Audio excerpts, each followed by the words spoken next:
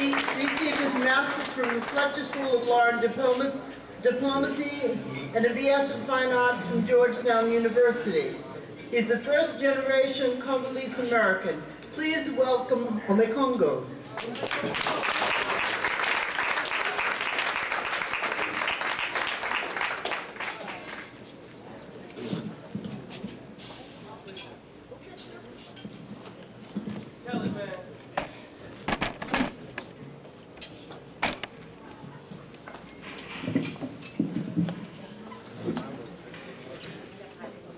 Mon peuple africain, partout dans le monde, levez-vous, levez-vous, levez-vous.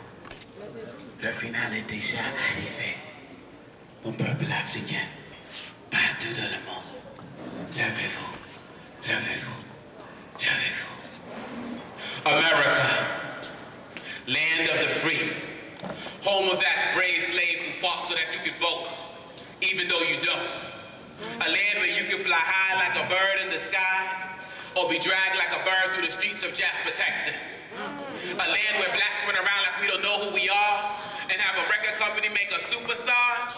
You see, this is America where you can get paid to be ignorant, get more props coming out of jail than trying to be diligent. Indigent is what we are, spiritually decadent, blaming ourselves for slavery while the white man is yet to repent.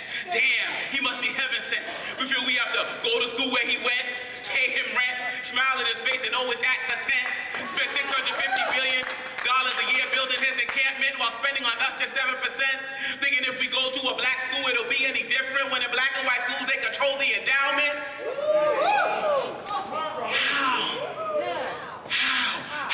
How the hell can you rise when you keep looking at yourself through the shotguns he calls his eyes, when you're afraid to speak about your beautiful black skin because you have a fear of offending him? You can never win until you wake up from within, learn who you are and experience jubilation, like a nigga realize that he's an African.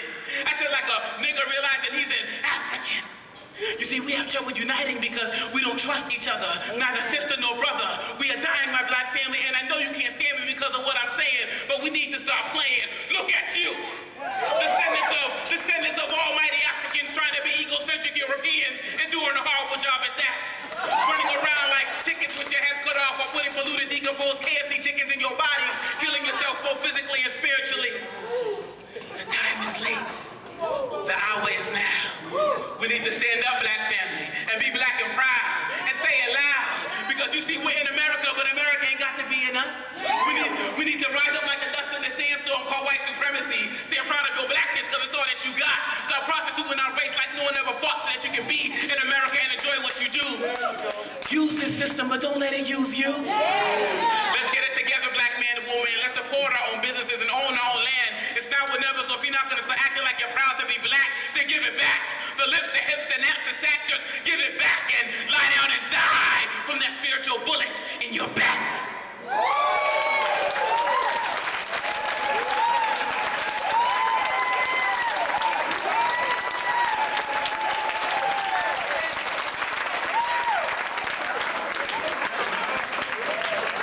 Okay, how you all doing? All right, it's good.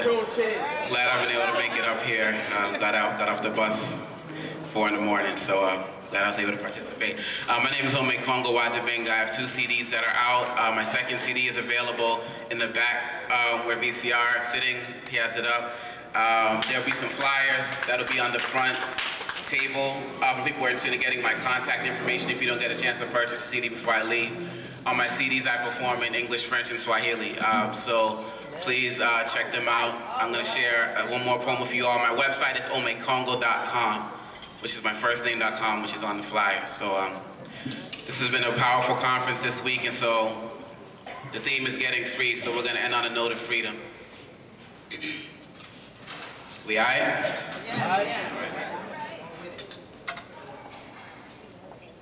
Yeah.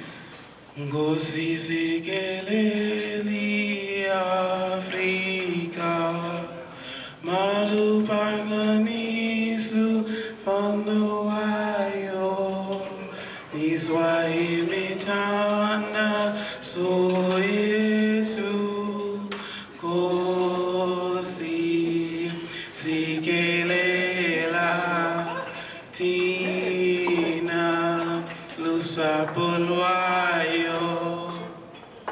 Free your African mind, my brother. Yes. Free your African mind, my sister. Yes. Free yourself from those mental chains that say you don't come from that dark continent, when they know one on the continent darker than you. Realize you've been brainwashed by wicked white men, but your oppression has also been perpetrated by your own brethren. I know that the rapings, castrations, and lynchings were grueling, but the castration of the mind has more longevity than a lynching. You're inching further and further away from your motherland. You let them tell you that your slave-inspired slang was Ebonics and not a rich African language of English words, and so you were afraid to speak the word. You believed them when they told you your continent was dark. However, you didn't realize it's because they were trying to steal her sunlight for centuries. From whitening the ancient Egyptian to whitening Beethoven to whitening Michael Jackson, you've been brainwashed. From slave codes to black codes to Jim Crow, you've been brainwashed. From K1 to cum laude, you've been brainwashed. You want to be American, though America has decided she no longer needs you, while the entire continent pleads for you to come home, so free your African mind. Free those naps oppressed under that process. Free those hips from those tight jeans that only attract negative attention and suffocate your natural nilotic curves. Free those brown, luscious lips from ravishing red lipstick. Brothers, free your kidneys from sipping 40s and sip fresh waters from the Nile Basin. Free yourself from feeling you have to step all over your lady and step with me on my Kilimanjaro. Free your mind and stop trying to be willing to our co-partner in our fight for liberation. To deny that you're African is to deny your place on earth as the first. Why claim to be a nigger and kill over street corners when you can claim ancient Nubia? Why claim a country when you can have a continent? I speak to all of you in denial, from African Americans to West Indians to even continental Africans. Malcolm and Marcus died trying to free your mind. Accepting your African blood turns you into a worldwide majority and not a national minority. It stretches your history much farther than Mississippi. It explains why you're as beautiful as you are, why you worship like no other, and why you can never be defeated while standing on the shoulders of God and your ancestors. All of you rise! You ghetto prisoners who are really Ghanaian princes, rise! You downtrodden women who are really Burundian princesses, rise! You think being born on the continent is enough to make you African, rise! Dark-skinned Latinos rise, confused Cape Verdeans rise, westernized West Indians rise, egocentric Euro-Africans rise, amnesic Afro-Asians rise, almost annihilated Australian Aborigines rise, brainwashed Black Bostonians rise!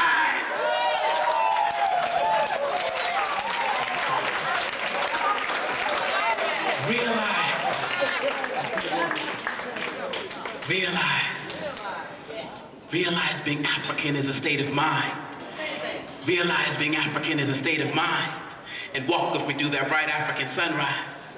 And I guarantee your mind, body, spirit, and nation will rise, rise, rise, high as the glistening skies. Just free your almighty African mind. Peace. Thank you.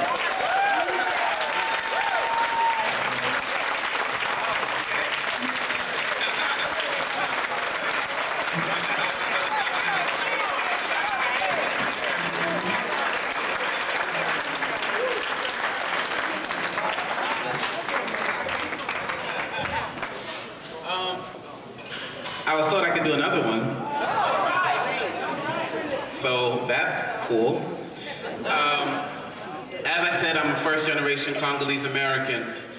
I was able to work in the Congo a year and a half ago. It was my first time returning to the Congo. It's my 10th African country, but it's always difficult getting back to the Congo for various reasons. I was working in refugee camps, and so everything that I'm going to share in this poem, this poem is entitled Welcome to the Congo. And as poets, we tend to exaggerate, but please know that nothing that you hear in this poem is exaggerated. This is all verbatim, true fact. And when you hear this poem, it's not just the Congo, it's Haiti, it's Liberia, it's Sierra Leone, it's wherever. But I chose to take my country of origin and personalize it. So this is entitled Welcome to the Congo, and it's just a call to action. So please bear with me.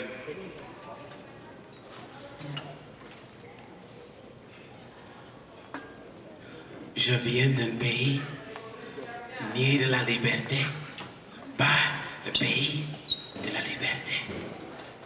My beloved Congo, the joke of the African continent, the world's gold, diamond, and coltan mine. Rwanda's concubine. This country of mine, poisoned with the swine that is Western policy. You see, Westerners and Asians exploit the riches, but live behind gated communities with underpaid Congolese security. So they're closing the door on fractured Congolese faces with one hand while robbing her for resources with the other, and no province is safe. Because even some of our own corrupted Congolese leaders are involved in this race, but even they can't keep pace in the face of our Rwandan aggressors annexing our spirit to their sick and stricken, sinister soul, to such an extent that to now call Eastern Congo, you must dial Rwandan area codes as they toy with the possibility of introducing Rwandan currency in the East. The United Nations talks of peace, knowing full well that peace can only be attained through violence. Jean-Pierre Bemba becoming the Congolese Prime Minister can only happen through violence. Child soldiers fighting in fear of retribution on their families, joining the spread of violence. Raping my mother country and spilling her black culture blood only continues through violence. But when I talk to you about Congolese genocide of Western compliance, their response? Silence. You see, I know because I used to be just like you, sitting there smiling while other folks are dying. Even bought my wife a diamond and probably spilled the blood of a distant cousin for it and chose to ignore it. But now I visited Congolese refugee camps to find that there's not even any refuge for refugees. Abandoned Congolese mothers and children living in tents made out of empty rice bags while lice drags through their hair, and their daughters living in despair start having babies at 12 years old with 50-year-old married men with no humility who paid them 25 cents for their virginity and the possibility of exchange for AIDS, while the World Bank gives this absentee father of a government aid. But I'm looking for a cure for both diseases because 4 million have died in 4 years, and too many orphans are shedding tears and they start dying in the streets at 11 years old because even though it's hot on the outside, their inner spirits are cold from walking around starving in the capital city that barely has paid roads, and eating half a meal a day can't heal that. Living on less than $1 a month won't heal that. And since y'all only see Israel, Palestine, Afghanistan, and Iraq on the news, y'all can't feel that. And so I'm hoping that 1,000 words can be worth a picture, because this image of the Congo may not fit your stomach, but it'll fit your fingers with diamonds, your ears with gold, your cell phones with culture, our newly discovered Congolese oil heats your house when it's cold, but y'all still don't give a damn. Even when I talk to you about Congolese with polio, walking as if their left knee was glued to their left hand. You see, there may be a cure for measles and malaria, but there's no medicine for misery. And the country being steered in the wrong direction, and children dying from all sorts of infection, and 12-year-old girls condemned to death because rich married men don't use protection, and all of their relationships end in rejection. It's like the entire country suffering from a lethal injection, a second genocide in less than 100 years that's gone without mention, along with the fact that we've gone over 13 years without an election on the Congolese street called the Avenue of the Future. That's when my father was tortured and nearly died in detention. So you have to forgive me when I say the future looks best in the minds of the people. And you see, I'm also pissed off because they say long live an independent Congo, but I don't remember when it ever was. The international community correctly condemns Congolese corruption and questioning where the ministers bought their cars from. But the world's ears become deaf when I ask where our invaders got their arms from. This is the Congo, damn it, and ain't none of it funny. Americans who work here say it's a great place to make money.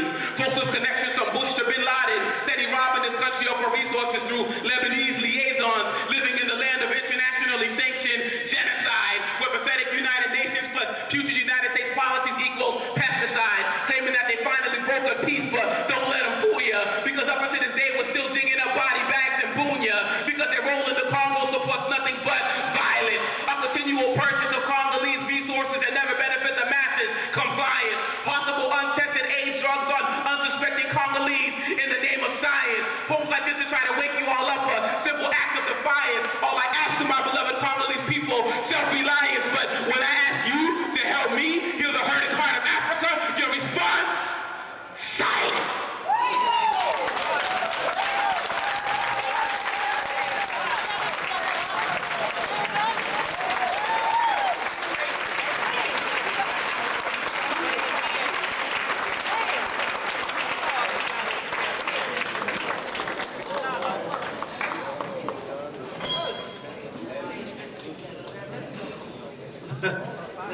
That was really a wonderful, wonderful interlude for us. Gloria's asked me to remind you to purchase her raffle tickets, $1 each, is 6 for $5, and Gloria's right there. We are now going to have some awards, and shortly after that we'll be hearing from our guest speaker. Senator Owens is going to present the first award.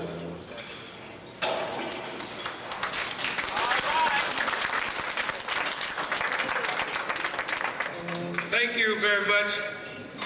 This award will be made in absentia because the recipient could not be here tonight. And the committee voted that even though she could not be present, they wanted to present the award anyway. This is the National Black Agenda Courage Award to be given to Congresswoman Barbara Lee.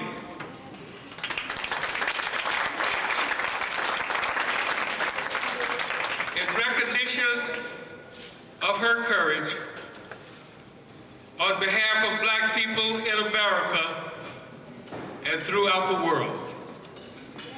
Some of you remember that when George W. Bush wanted to go to war, out of the whole United States Congress, Barbara Lee was the only person that stood up against that war and said no.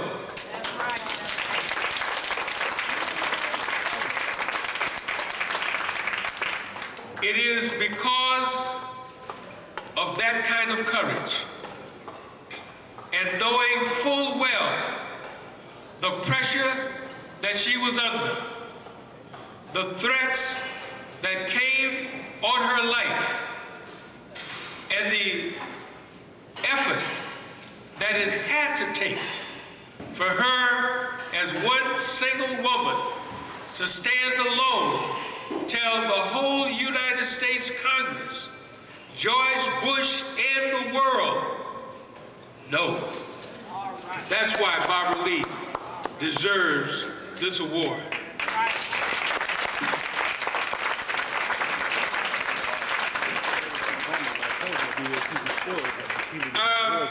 We're going, you know, Mtangilisi Sanyika is going to receive this award on behalf of Barbara Lee. He happens to live in her district, and he is, of course, one of our resource people and consultants for the National Black Agenda Convention. Mtangilisi, thank you. Thank you very much, Senator. In behalf of all of the residents of the district, in behalf of all of the citizens of the People's Republic of California, in behalf of all of the progressive people throughout the world, we accept this award graciously and with love and with thanks and appreciation. And it means a lot because the Congresswoman receives a lot of awards. And this one will be special because it comes from her own people.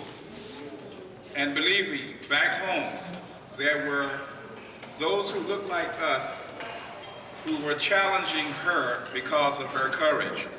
And so we are just glad, and we will let the whole of her district and our republic know that her people know, that her people care, that her people love her dearly.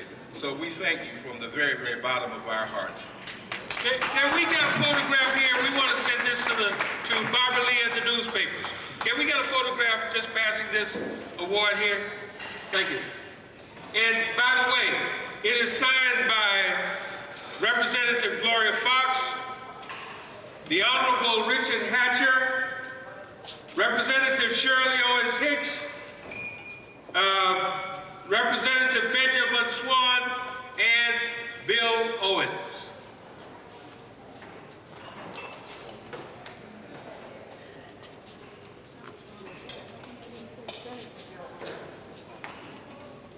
Thank you.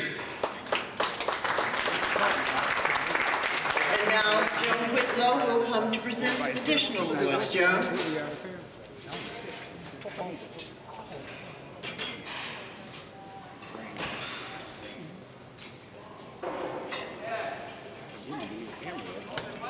Yeah, we could. Yeah, you would think you would have. I'm sure. Yeah. Good evening, everyone.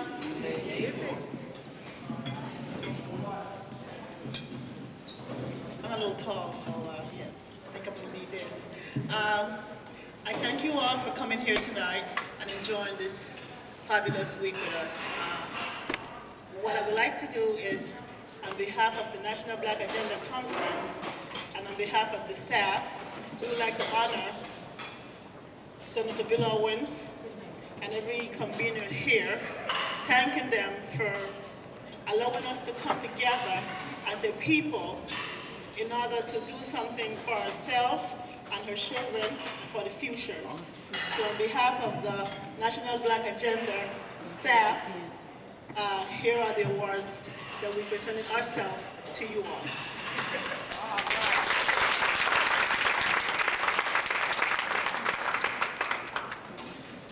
This is the National Black Agenda Vision Award and is hereby awarded to Representative Shirley Owens Hicks.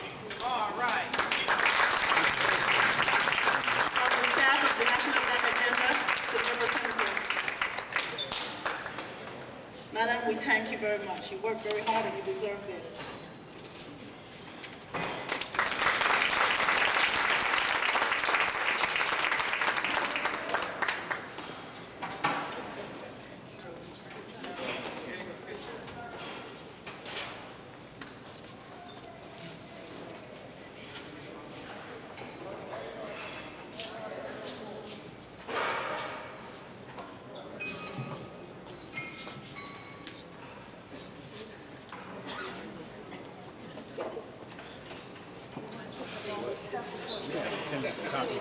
Everything I got, you got it.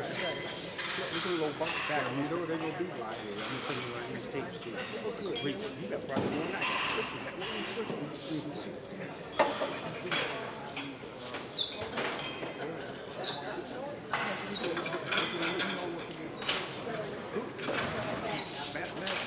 We're going to be doing it again. You got this. These people from you. This is amateur.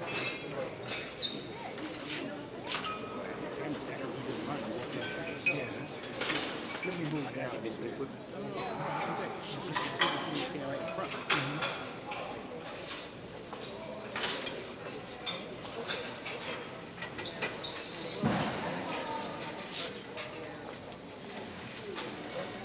The next award goes for Representative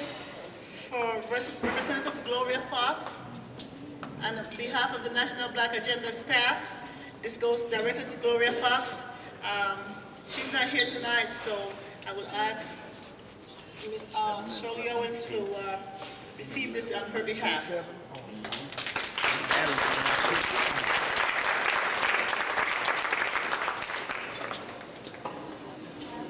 And also a bouquet of flowers from Ms. Gloria Fox.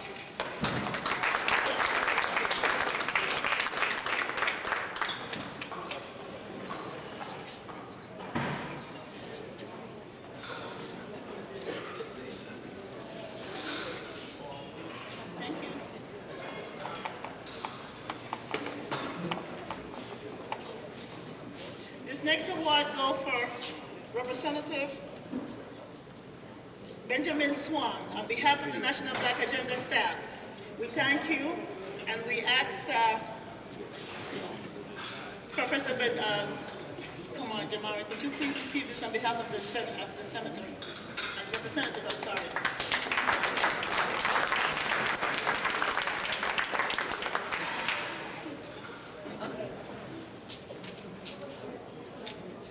National Black Agenda Vision Award hereby awarded to Mr. Richard Hasher, the award of Mr. Richard Hasher. Okay. Mayor Richard Hasher, actually. So we're asking the Senator to accept this on his behalf.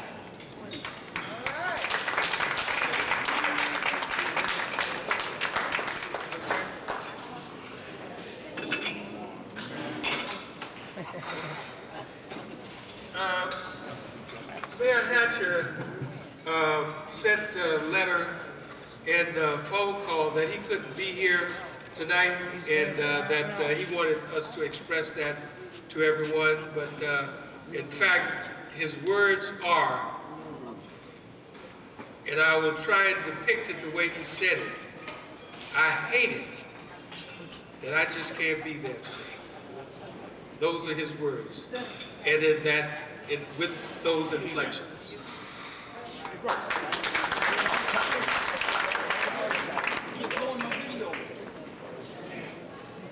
And least but not last, on behalf of the entire staff and all the volunteers from the National Black Agenda, we present this award of courage to our one and only Senator Bill Owens.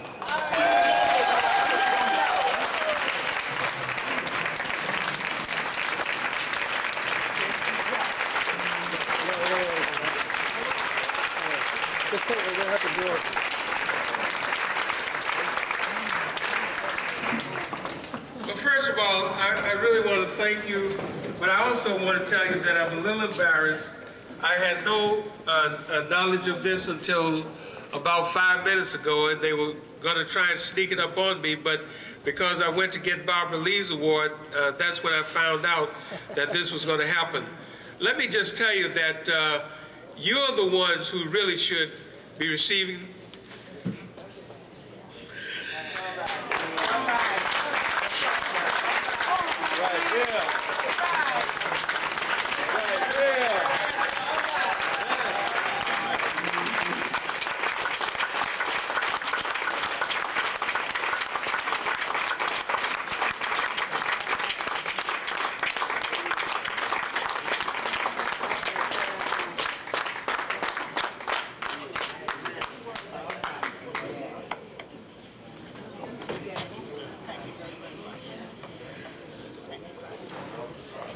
Thank you for being here. Thank you, folks.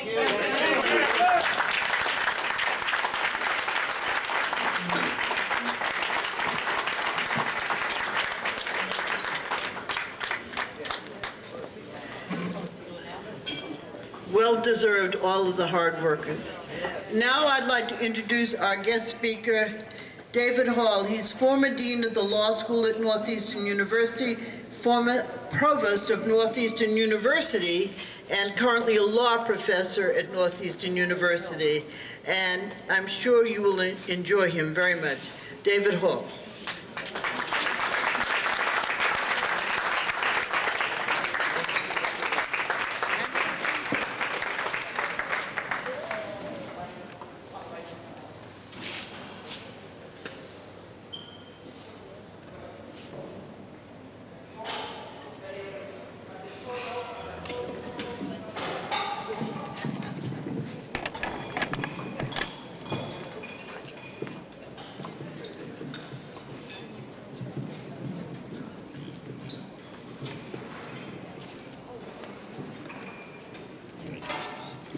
Good evening, Barigani.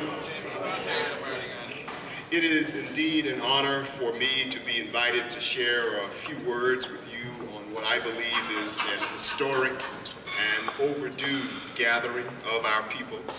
I, like others who have been here just a few minutes ago, want to commend the conveners of this important event, those who are here and those who are not here, for having the vision, the courage, and the determination to make this event happen in this year at this important time. It is clear that those who envisioned and orchestrated this convention understood the power of past efforts and were willing to dip into that rich well and extract insights and spirits of 1972 in order that we continue this long trek to freedom and self-determination. So on behalf of all of us here and those who participated, I want to personally thank the conveners for creating the intellectual and emotional space wherein a new day could possibly be born. Because when dedicated and powerful individuals come together, and create a space wherein African American people and those of us who embrace the power of our spirit, then we have the possibility of creating something new. I have been asked to give remarks. I believe we have already had a keynote presentation. Our powerful young brother who shared with us earlier, I think, have captured all that needs to be said. And since so much has already been said by so many eloquent and dynamic individuals, starting from the beginning of this convention until today, tonight, with our brother, I think that there is very little new ground to cover. But we are at a stage in this process where we must reflect on the work, the hard work, that all of you in this room have done, and to prepare ourselves for the next stage of this process. So I want to briefly speak about the power of vision, agenda, and action. The work that all of you have done in the last few days will never obtain its full meaning unless we remember and embrace the original vision from whence all of this emerges. We are not gathered here in order to come up with a political checklist that we can hold before politicians and ourselves. We are not just here so that we will be better able to bargain with the Democratic or Republican parties.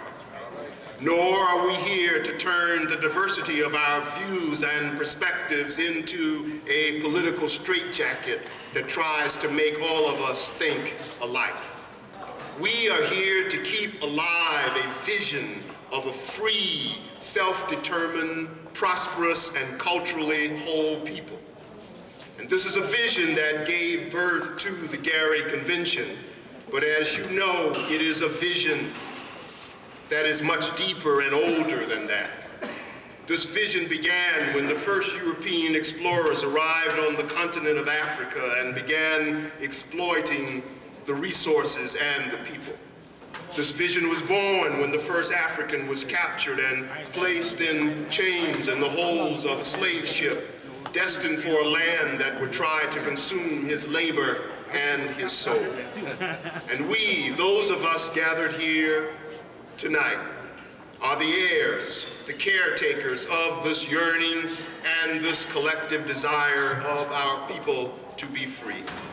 This vision has fueled the work of prior generations of Black people from various walks of life. It is a vision of unity which at its deepest spiritual level reminds us that we must stay together. This vision reminds us in moments of division and disagreement that the spirit that defines us is greater than the ideas that divide us.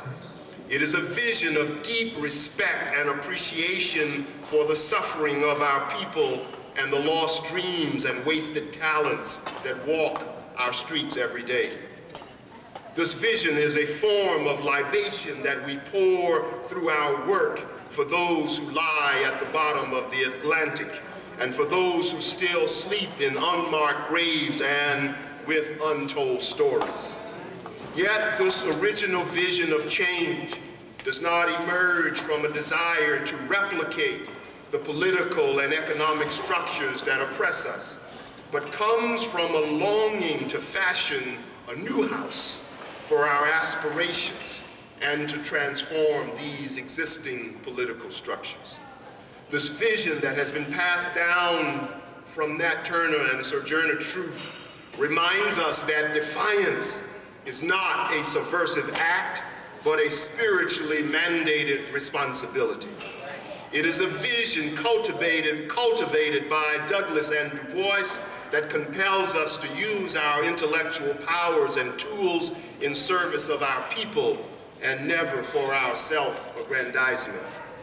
This vision always had a dual reality. On one hand, it compels us to pressure the society for policies that are more empowering for our people. But on the other hand, it also demands that we must never expect others to do that which we can do for ourselves.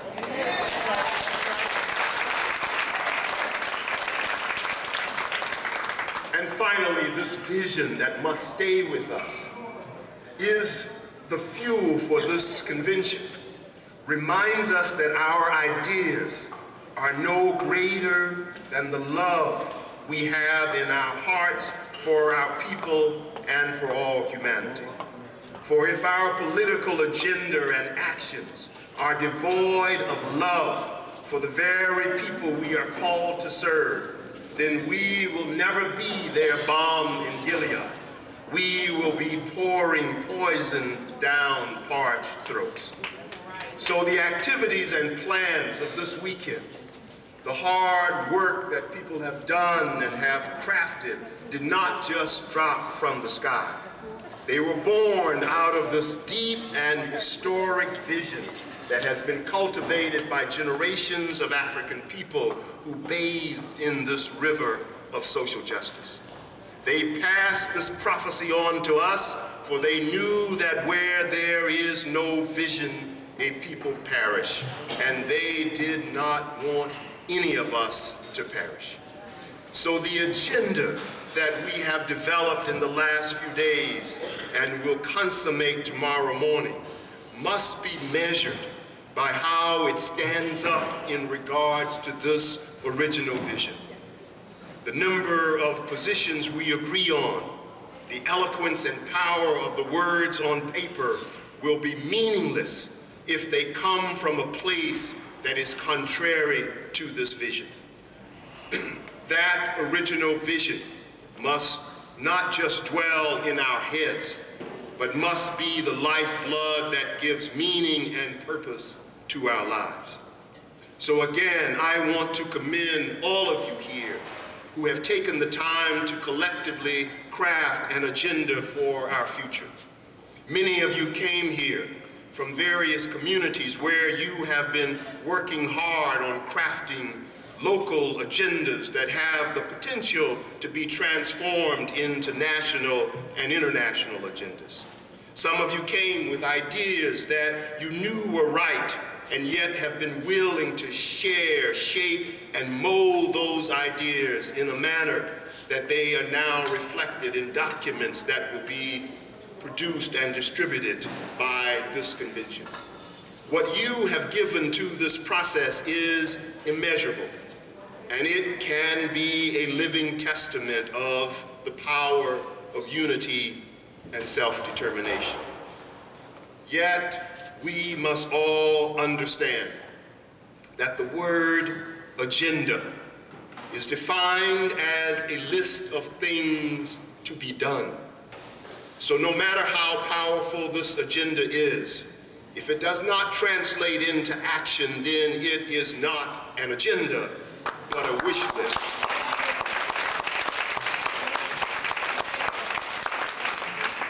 Because the difference between a wish list and an agenda is the depth of our commitment to making it a reality.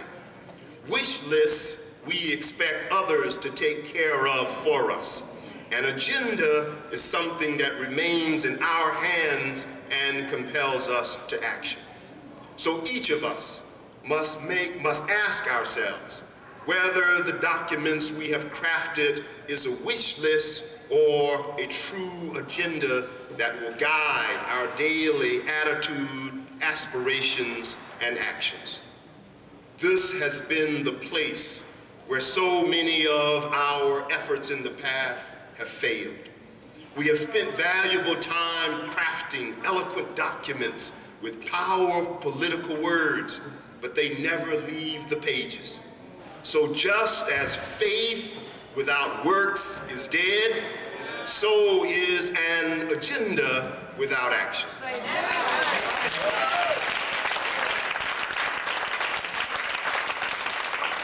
So as we return to our various communities and positions and day-to-day activities, how will we ensure that the work done here will not be in vain?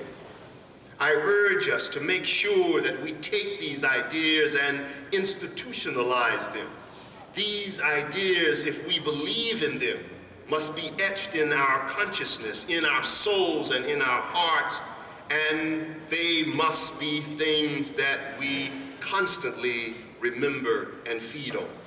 They must be embedded in the institutions that we are a part of, starting with our family, moving to our church and community organizations, and to others that we are a part of. This agenda will be transformed into action only if we live and breathe it every day. This agenda becomes action when we learn as a people to be supportive of each other even when there are things which we disagree about. This agenda is transformed into action when we allow our egos and personal pride to get out of the way for the good of the overall cause.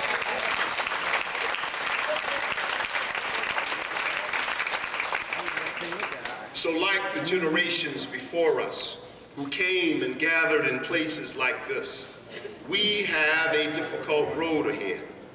This society has made our agenda not only suspect, but for some irrelevant. Our communities are still plagued with crime and violence and self-abuse, which makes so many people disinterested in anything progressive or political. The focus in this country on wars and globalization makes local issues seem trivial and insignificant. And all of us, even those who are deeply committed, are busy striving to maintain a balance in our personal lives. So it is within this context that we must take these ideas, embed them in our hearts, and move forward with a deep commitment to transform this society. I know that those of you who are here understand this challenge and are willing to make the sacrifices necessary to make it happen. But this large agenda cannot be done just by us. We must harness the support of so many others in this quest who may not view these ideas as we do. And though this may be an obstacle for us, we must remember the original vision from whence all of this comes. And if we remember that we walk in the footsteps of men and women who would not be deterred by circumstances or doubt, and who overcame greater obstacles than the ones we face, then we can achieve these goals. If we remember that the spirit of these men and women were greater and more powerful than even the ideas that they articulated. They not only gave ideas to our people, but they dispensed a living water that emerged from the power and authenticity of their souls and spirits. So our greatest opportunity to bring change into our communities and into the world is to continuously change ourselves. No matter how political, cultural, or spiritual we each claim to be, God is not through with us yet.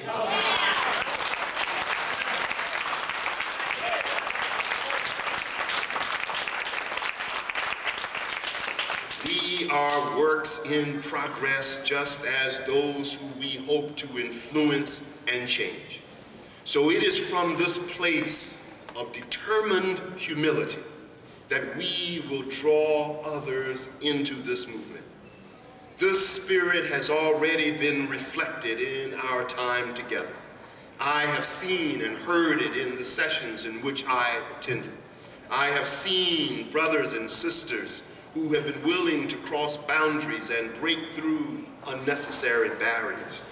Comments and issues that in the past would have served as barriers to our commonality are no longer serving that role. And therefore we must continue to walk down this same path after we leave here. So in conclusion, we will leave here with an agenda. I am confident of that.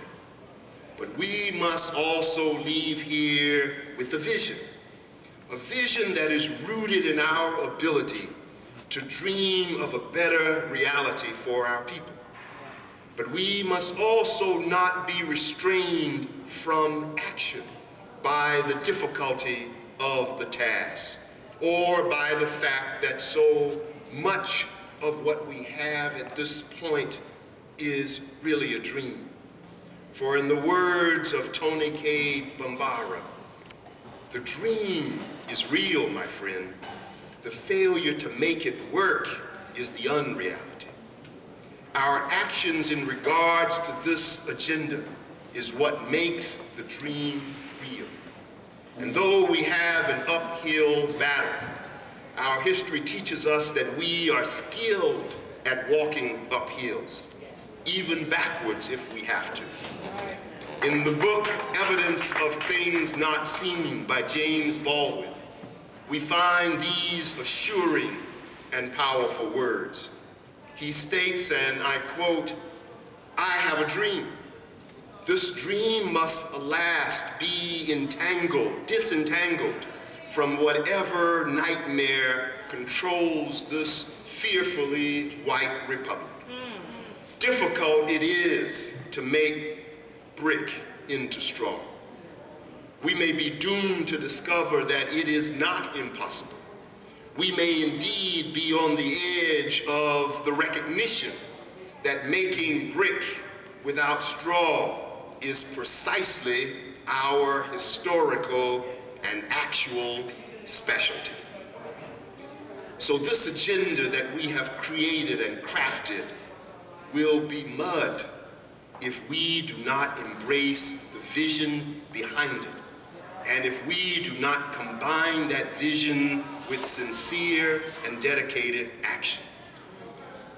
But the vision and action, which is our combined faith, will not only allow us to make bricks, but will compel us to construct new political, economic, educational, and social structures that will house the dreams and values and desires of our people. This is the mandate of this convention. This is the spirit with which we must leave this place. This is the power that we must harness in order to usher in that new reality that we have been yearning for years. And it is with that blessing that I ask that we go forward, and that I humbly am honored to be here. And so I wish all of us Godspeed, and I wish us the blessing of our ancestors as we continue this long trek to freedom and self-determination. Thank you.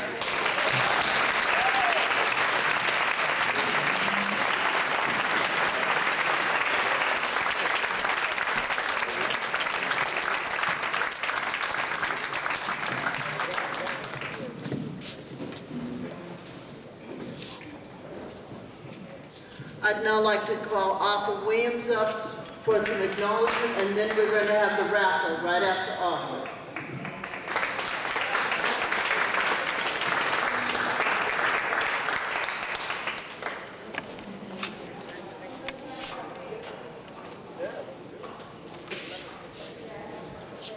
How's everybody doing?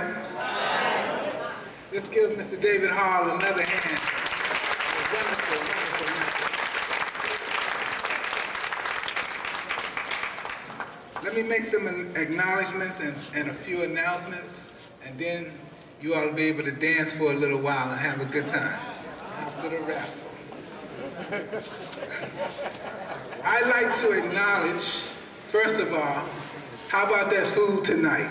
A family affair catering.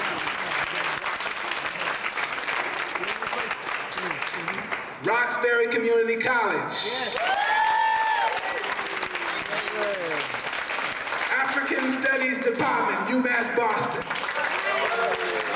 William Monroe Trotter Institute.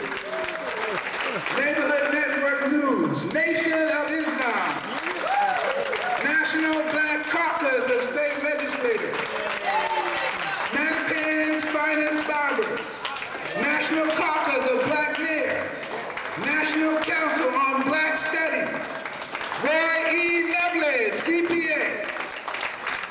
Help for Black Males Health, the Mattapan CDC, Inner City Software, Million Woman March, Familio, Mattapan Music, the New Black Panther Party, Boston chapter. Those guys. Yeah, I got them. Greer, Dilday and Associates. Real Media Associates. John D. O'Brien, African Studies Institute. Boston Neighborhood Network. Boston Neighborhood Network. That's the cable. They really did help us a lot. Sons of Africa. Radio 1, The Athlete's Foot in Mattapan, Venus Cosmetics, the Boston Marriott, Copley Place, Burns and Levinson, LLC, the Grand Basso and the True Monks of Funk, featuring Joe Holder, my friend. The Boston Check Cashers, a big help, a real big help. Sherry Smith, is she in the house? And there's a lieutenant in the house who was the man, almost a legend. Almost. Lieutenant Detective Val Williams and the Boston Police Department.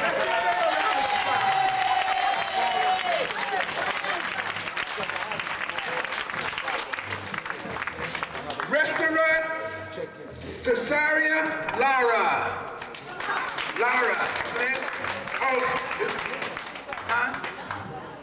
Laria? Laura, say it right? Okay, let's give them a round of applause. I just wanted to make sure I said it right. Cesaria. All right, Cesaria, great. We thank them because they did some fundraisers for us with your leadership. Let's give you, Kristalina, a round of applause.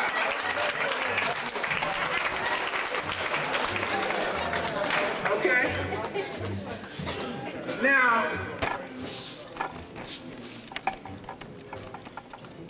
I want to acknowledge a group of people who took something,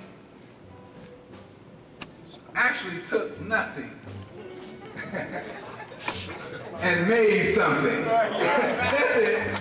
Took nothing and made something out of nothing. And this group of people worked all year long at various times. Some came, some were there all the time, some came and went, but everybody worked and worked hard.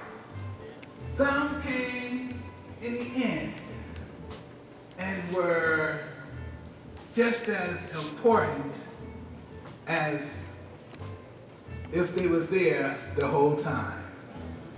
So what I would like to do is ask the entire NBAC staff to come on up and form a row right in front of me, right here. Come on now. The entire NBAC staff and volunteers, come on up and stand up.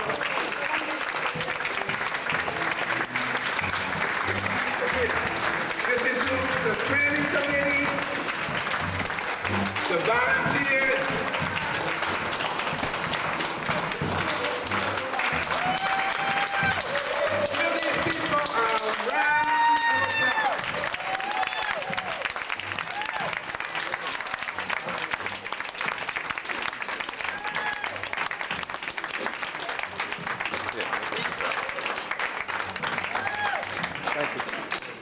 Thank you. We appreciate you. And don't think your work is done. Don't think your work is done. Yes, and let's not forget the MBTA.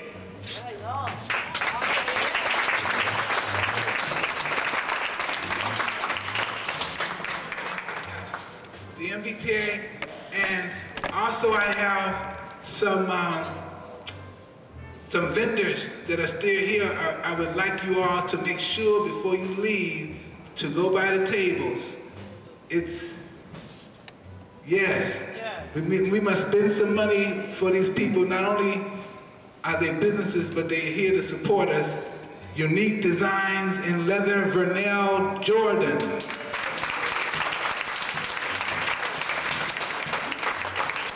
Designs by Malika Hichlow. And Dale Patterson, natural soaps, etc. Afrocentric items. T-shirts are available downstairs. Donations are accepted. Tomorrow, we'll be here again at 9 o'clock. Shop. Let's come here ready to close. And here's my last recognition. You know, some people never stop working, never stop contributing, although they don't have to do anything. And I saw this really wonderful woman this morning, had no idea that she was going to be the MC tonight. On top of, she was a facilitator all day. Came here, I saw, what was it, 8:30? Had no idea. And I said, Ms. Shaw, you will be the mistress of ceremony tonight. Are you ready? No, I asked her, and she said, I'll think about it. And the way she said it, I knew she was going to do it. And she did it. She did a wonderful job. Let's give her a hand.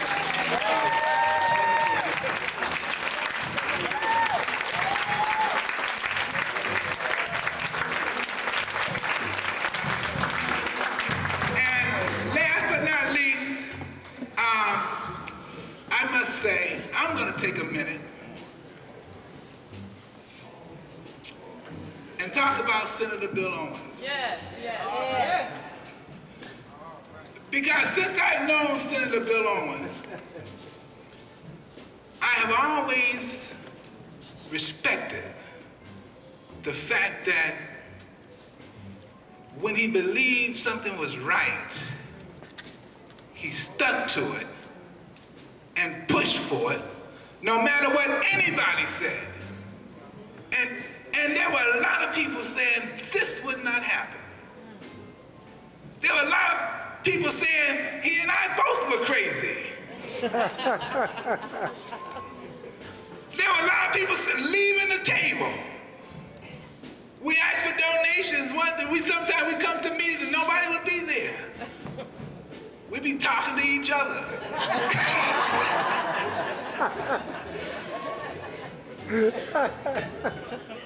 Sometimes I make him feel good, sometimes he make me feel good. You know? But I've always admired that about him. And had he not had the vision, and it was at the dinner table around Thanksgiving, a year ago this past Thanksgiving, he mentioned at the dinner table at Representative Shirley Owens Hicks' house that we must have a National Black Agenda Convention. Hasn't been happening since Gary in 1972. Well, of course he had the money, and he had an office, and he had staff. No, he did not. He had no money, no office, no staff. Okay? How was it going to happen? sheer will, sheer perseverance, the power of an idea. We went down to Selma, Alabama. Saw this gentleman right here. And this man right here, you know him, Mr. Mtengalisi Senika. He said, Bill, man, you a crazy somebody. But he said, I know no matter what I say, if you believe it, you're gonna do it. Didn't you say that, sir? And he did it. And I just want to make sure tonight that you know the impact of this event, the historical impact of this event. And I don't need to be here for show. He doesn't need to be here for show. We have enough name recognition, good and bad. We don't need to be here for show. We are here because we care about our community. We are here because we want to make a difference locally and nationally. And guess what? We are going to keep meeting. We are going to meet every month. We are going to build chapters, NBAC chapters in Detroit. Okay? Huh? Can I hear Detroit? In New York? Can I hear New York? Huh? In New Jersey? In Rhode Island? Where's Rhode Island? Okay? We're going to build chapters and we're going to start tomorrow. We're not playing games. I spent a year and 3 months working on this with no money. Not because I needed to. I got 3 kids and a job. I'm serious about what we're doing. Okay? So let's keep working. Mr. Hall said if there's no action, this is no good. Agenda without action is dead. So we're gonna keep moving. And we're gonna take the example of this great man right here, who didn't let obstacles stop him, but said, I'm gonna keep working despite the obstacles, despite the mountains, and despite the rivers I have to cross. Okay? Are we ready to work? Yes, ma'am. Can anybody stop us now? No. Can anybody stop us now? No. Can anybody stop us now? No. Let's go to work. God bless you all.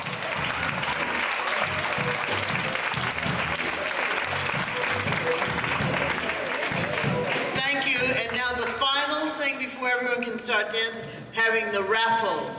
Get your tickets up.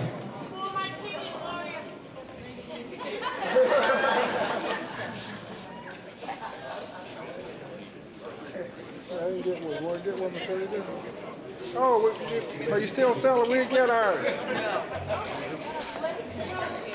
This is the last call for the raffle. If anybody wants to buy it right now, this is your last chance. Anybody? I get 2. Hold yours. If that's your last one, I get 2.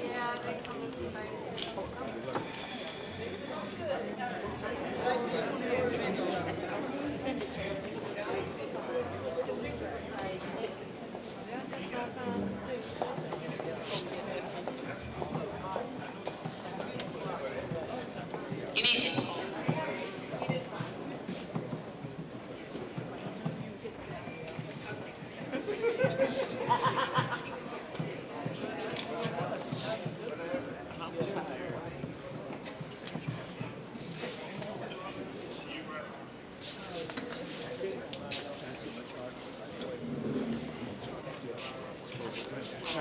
Stop flag.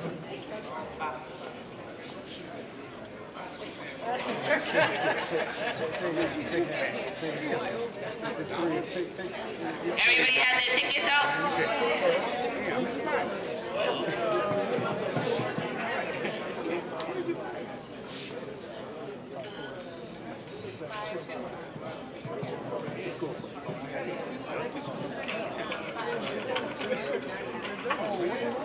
Wait a minute. You're supposed to take this hair. Wait a minute. I'm taking those drawers. Wait a minute.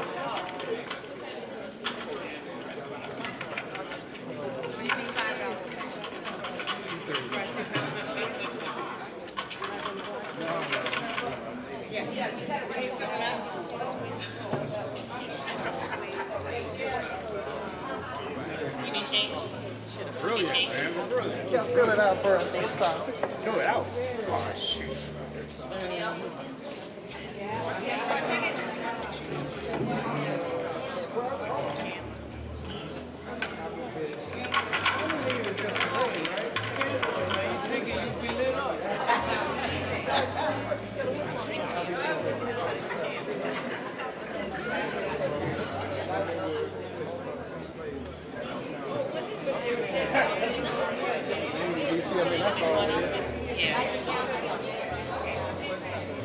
While we're doing the raffle, I made one omission, and how can I forget? First Woman's Circle. Let's give them a round of applause. Leah Randolph, Executive Director. They are located in Dorchester. They've been here at the convention for several days. Thank you very much. Who's Leah? Which? We will now proceed with the raffle. If a winner is not here, is not present, the senator will contact them. Okay. Get both? Give them mine.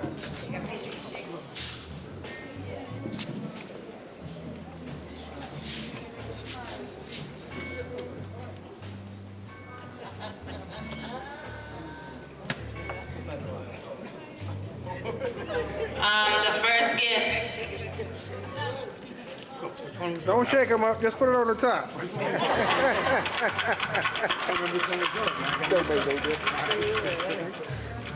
first gift is a $50 gift certificate to the Athlete's Foot.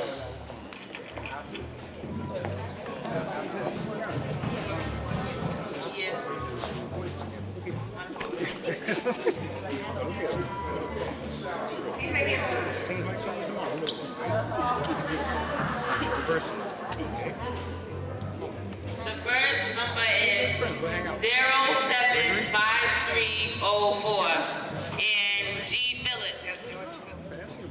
He's not here, so we have to say.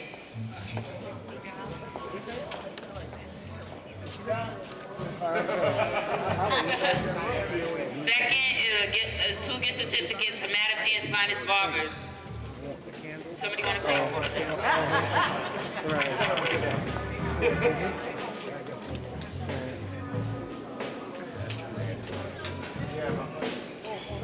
Zero 75331.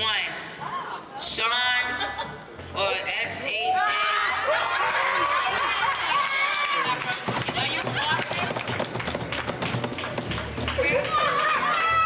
Oh, she gotta get something else because she's not from here. Oh, it's the gift certificate So not even to Mattapan. 2 haircuts. No, you can pick something else. 005-331. 604.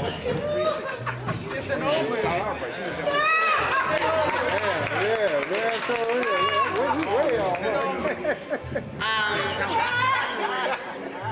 The third is a 1 ticket to a 1-hour massage at the airport, Logan Airport.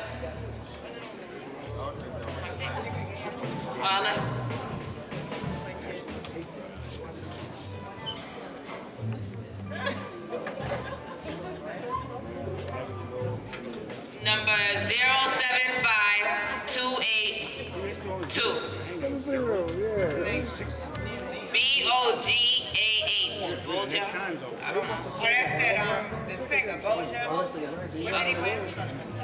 Okay, fourth is, we just get the compact disc. So we do the gift certificate again, right? The 2 gift certificates to Mattapan's Finest Barbers.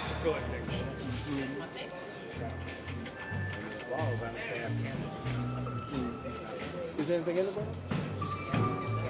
604038. 038? Taboo.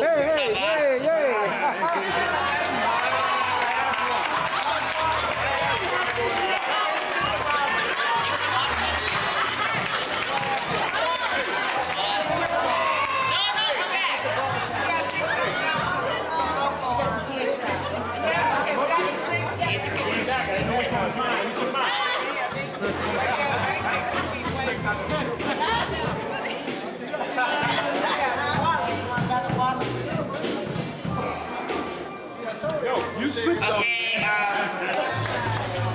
John, you switched tickets on me. next is a pair of vanilla Jordans earrings. Man.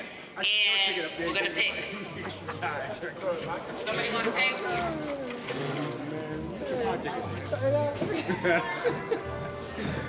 She's gonna get yours too. 604003. The back, it says S.A. Shaw.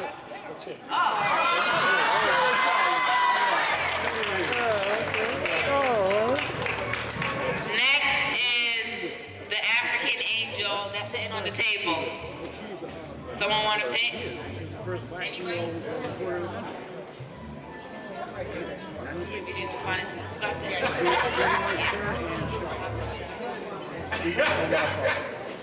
I'll just do this. 604024. 02, I got 03. 604024. It says R. What did he get?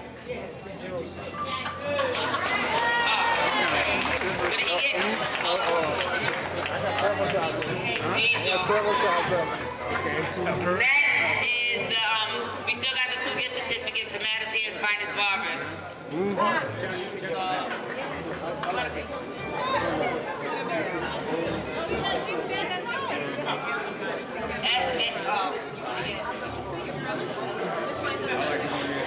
okay, we'll draw again. Sean Jones. Yeah, Sean Jones. Oh, shit. She can't get it again. $1? Oh, man.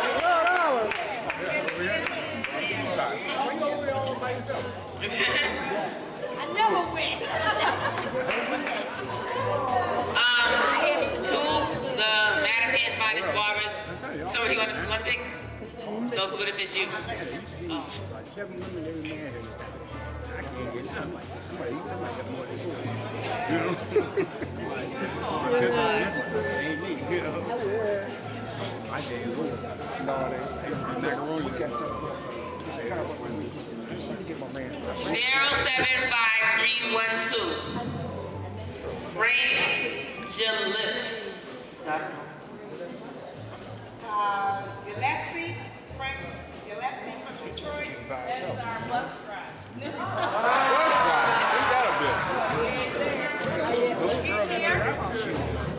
They can give it to Everybody, yeah. Go ahead, bring them things. Great pouch. Oh, yeah. Someone Alexis from Detroit.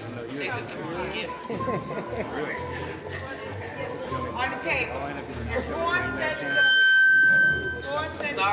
of matches, 4 dishes, or 2 figurines, or an autographed poster at the end. Okay, can you give them?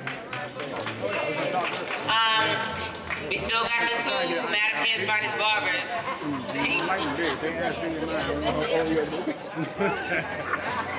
That's the way I do it. That's how I roll. L S from Detroit. Someone just brought a ticket. JS or LS? Detroit. 4033. I think someone just brought a ticket. I hear you, bro. Y'all see a like on that?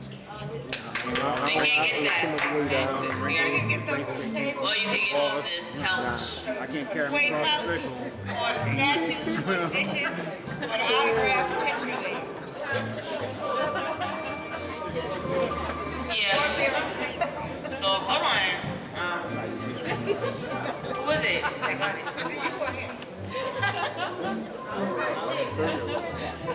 I don't know. I don't have no idea.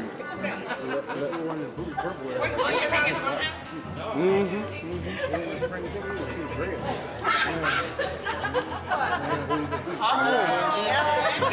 Oh, yeah. This is, oh, no, let me see. This thing, no. Yeah. Okay. We still got the 2 tickets. Yeah.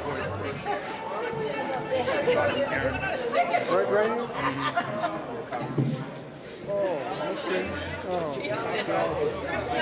Crystalline, are you in? Crystalline?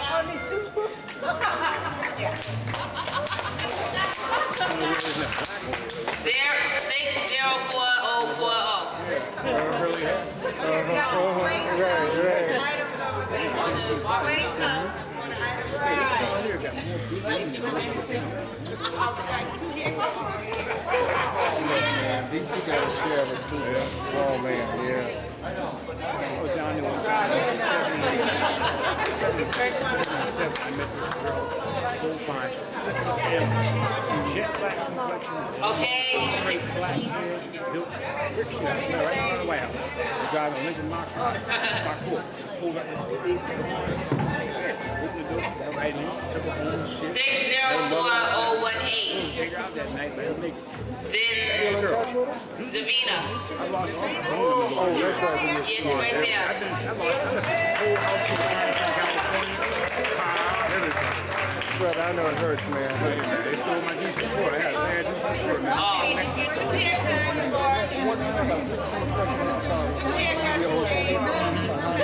I used to race in 60 miles. 96. Yeah, full speed. Give us a number. In the rear. High rise, transfer manifold, 800 Harley double pump. Ladder bars, traction bars, empty bars, steel bars. Jay Murphy. Headers. Oh, Murphy.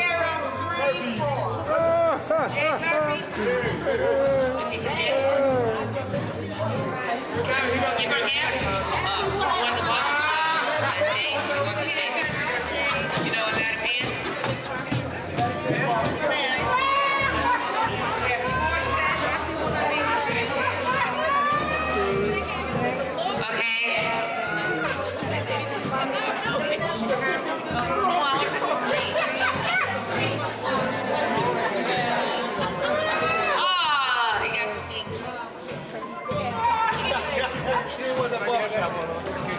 Did you want a barbershop? LF. Anybody give it to it?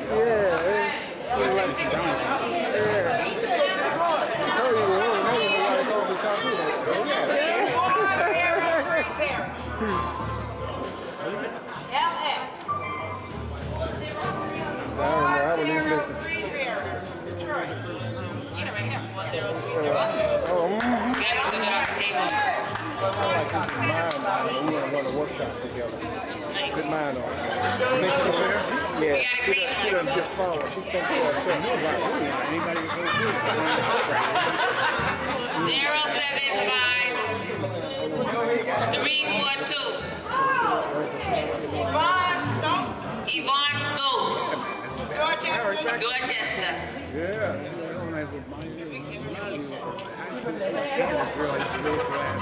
Yeah. Okay, last.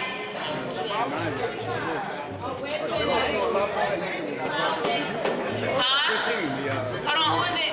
Wait. I guess I know this is elementary school. Oh, last time I did it, Dorchester, 90 Devon Street. It's one Devon Street, District 36. She had a street team with it. Father was an army dude, black, third middle, Japanese woman over there. Okay. Okay.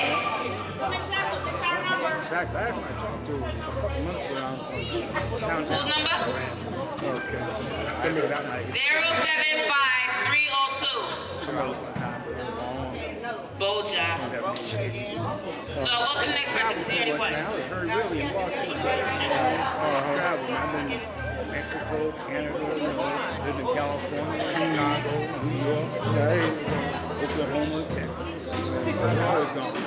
That's something I want to do, man. 075 287. I want to get some money. PATSYP. Traffic thing that went down. That was my last.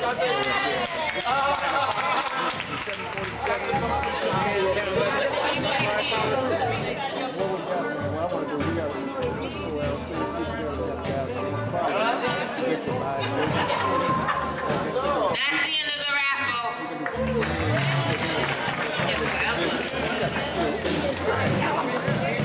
Thank you very much. Moses, did you want to say something before we started dancing? traffic control. All right? The only place you had to go was the aeronautics in Oklahoma City. I've been there 3 times. 6 months. Moses has a quick announcement, regular paycheck right? plus per diem. Nice. My announcement is quick. On each table, you have the centerpieces, the pictures, and the frame that says the Black National Convention, 2004. You get everything. Okay. The person with closest birthday to today's date can take that home as a souvenir. Who has the closest birthday on each table to today's date? So talking among yourselves. If you have two, the second person, take one. That's my announcement.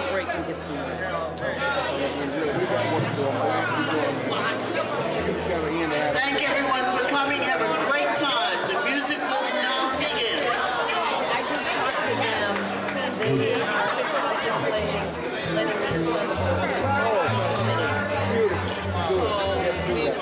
We just want to recognize that Mr. Ron Daniels came into the house, well-known leader in our community.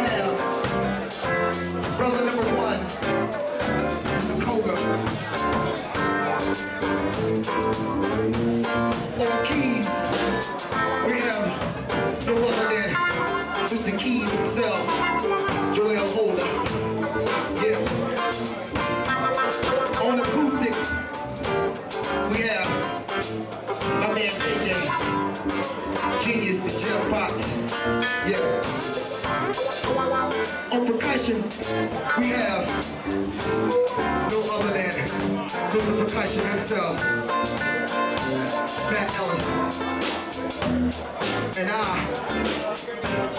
ladies and gentlemen, and Brent Basso. This is real. This is real rhythms with constant equal at your life. This is real.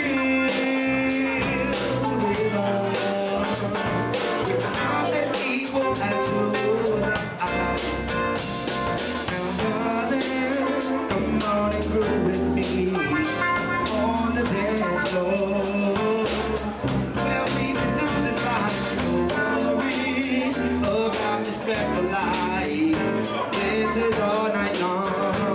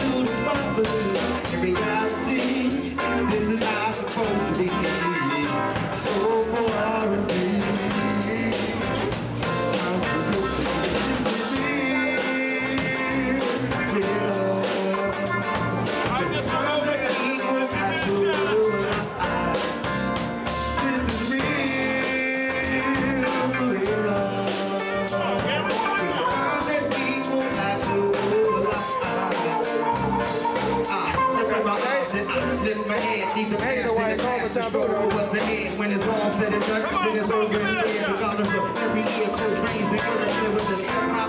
Most for the take instead of give. My understanding for others, not a Cuban, gotta live. No matter if you happy or back to the real beat, it's still being ejected. But ignorance, but the beat for all you stop like Mike Cruz is trying to get paid. With no talent being displayed. Across the dusty road is now made. A stronger foundation being laid. This is real. With mind that equal natural life. It's a real rhythm. With mind that equal natural life. With the keys.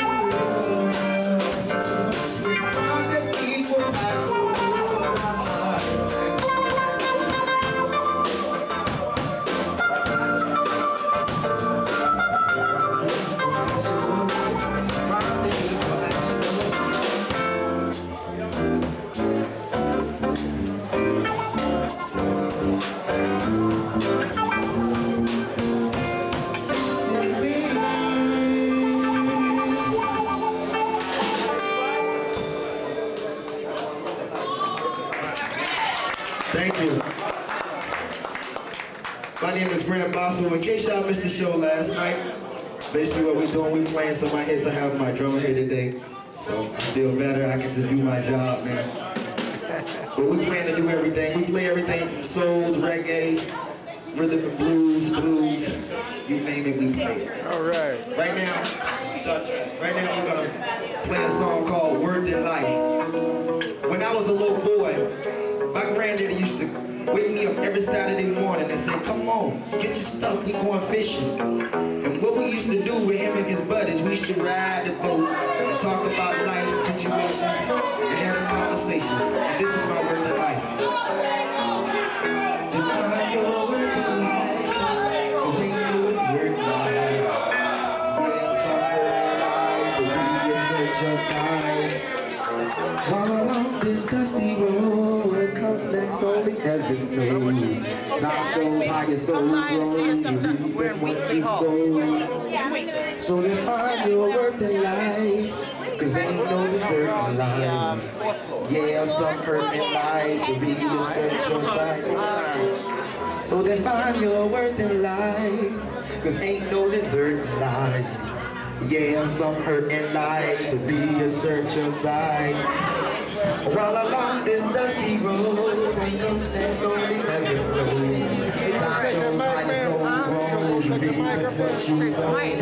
Yeah, I came a long way, and I'm still going. Been rhyming since age 9, yeah, I'm still going. A lot of people make comments, but not knowing the struggles I face every day to remain growing. I see what y'all about from what you're showing. Either you correct what I'm saying, or you a bad urban. I speak it for those who need the right answer. The whole man, the days, the ways about to let's go. We now for men. And the bottom line, it comes down to what you're holding. If this music rap is right, or getting the moment, I'm back, clean up what I speak, come from deep in the gut. Regardless how the next man turns to what. And I'm here to share my wealth with only the wise. So when my father calls for ascension, I'm ready to ride. Crossing heaven's threshold, leaving this flesh mold till next lifetime. But now I got the road up.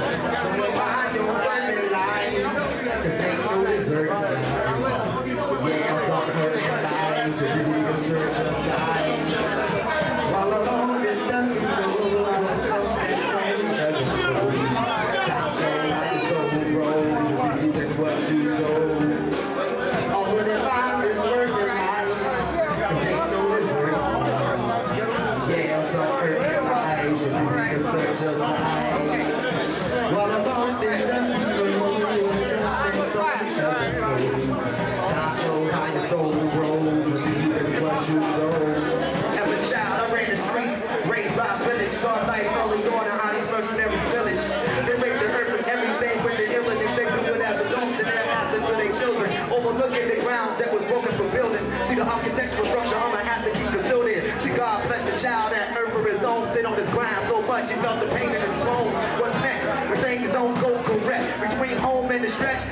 love and respect. Loyalty is the must when amongst family. It's just demanding we spread our wings like canopy, stretching the melody to the great like celery. Band-aids we hope we never see, but it's sold and let it be. Surviving on the underground with hundreds around who keep hundreds around when the hunters in town. They create lies to your mission while they gunning you down. I was reaching for ID, man, he thought it was a pound. But look us for hollows, like it did Davo. No peace to Sean Punch, heavy chili and Carlos, and who knows, off and down this road I'll go. But one thing for sure, when it's time, your God know. Until then, I'm going on what God's given. The bottom line is to keep this legacy living.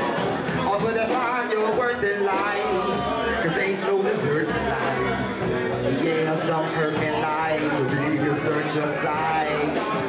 While along this dusty road, what comes next only heaven knows. Time shows how your soul grows, you're reaping what you sow.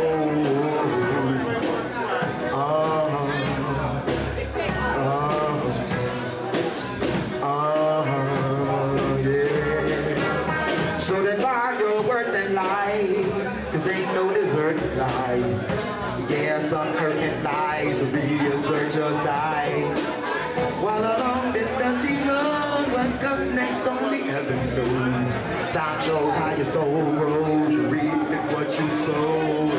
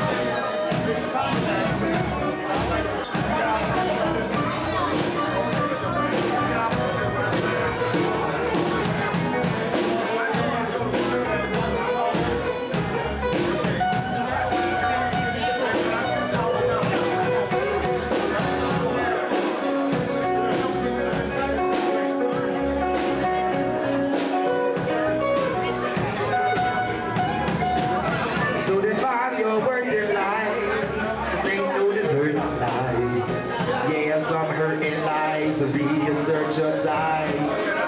While along this dusty road, what comes next only heaven knows. Time shows how your soul grows, you're reaping what you sow. So then find your worth in life, cause ain't no desert in life. Yeah, some hurting lives, reassert your sight. While along this dusty road, what comes next only heaven knows. Time shows how your soul grows, you reap what you sow.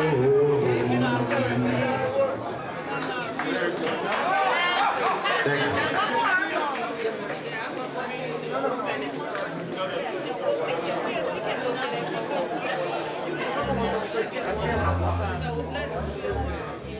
You know, we all got, like we say, we got these issues in our community, in our society. Sooner or later, you know, we can always talk about it till we blue in the face, but sooner or later we're gonna have to work it out. No matter the gripe, we gotta work it out. When it comes to the fight, we gotta stick it out. When it comes to this music, we gonna make them shout. Ain't no holding this back, yo, it's on now. No matter the gripe, we gotta work it out. When it comes to the fight, we gotta stick it out. When it comes to this music, we gonna make them shout. Ain't no holding this back, it ain't no holding this back. I let my emotions run wild like Mustangs. Across earth, hills and plains, my eyes are trying to see what next they life brings. Cause as the world turns, man, things change. Yes, and it's apparent to me to console the higher power for my own therapy. But your ailment might be different. In reality, my friend, that's really no difference. Now tell me, what's the mission to get positive education every year that chose to listen? See, we can do without the dissing, cause all it's doing is interrupting my real vision. Or brainstorming, or air warming, or simply the feeling of the spirit coming upon the cypher while I'm speaking on him. Natural is nature, unmask the world from its maker. It's been a long time, but my mind's been made up. The pain that I'm feeling for my people is major. See, I'm on a path beyond the outer limits of mimics and gimmicks, cause grams too rhythmic. I'm used to placing at the lab crafted Asian, but back to the basics of discipline and masculine patience. It's hard to be strong when your bones are aching and your zone is breaking down, down, down, down. No matter the gripe, we gotta work it out. When it comes to the fight, we gotta stick it out. When it comes to this music, we gonna make a shout. Ain't no holding this back, yo. we gotta speak it out.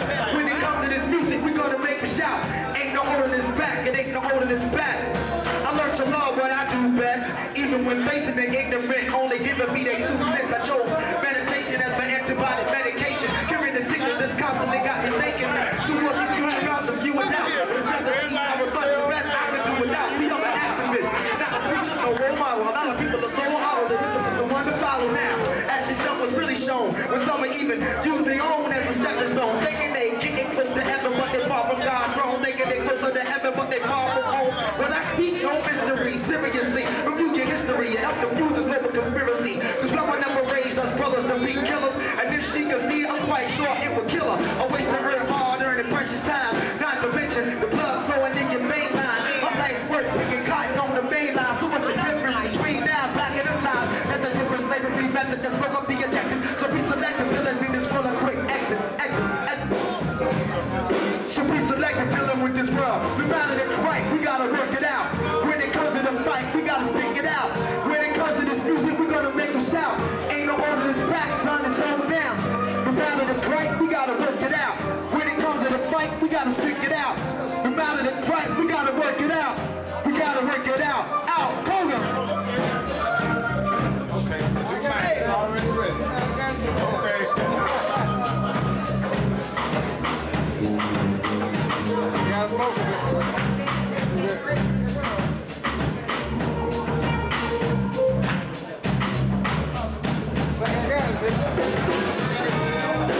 All right.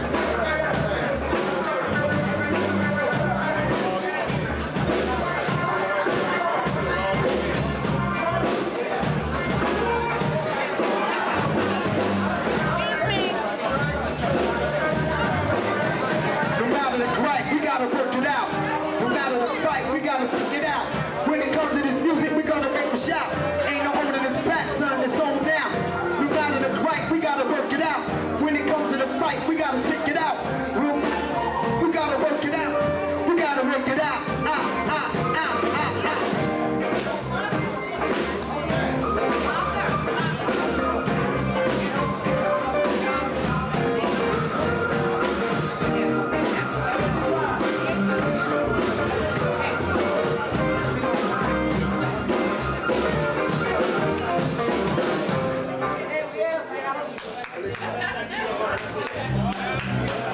Thank you.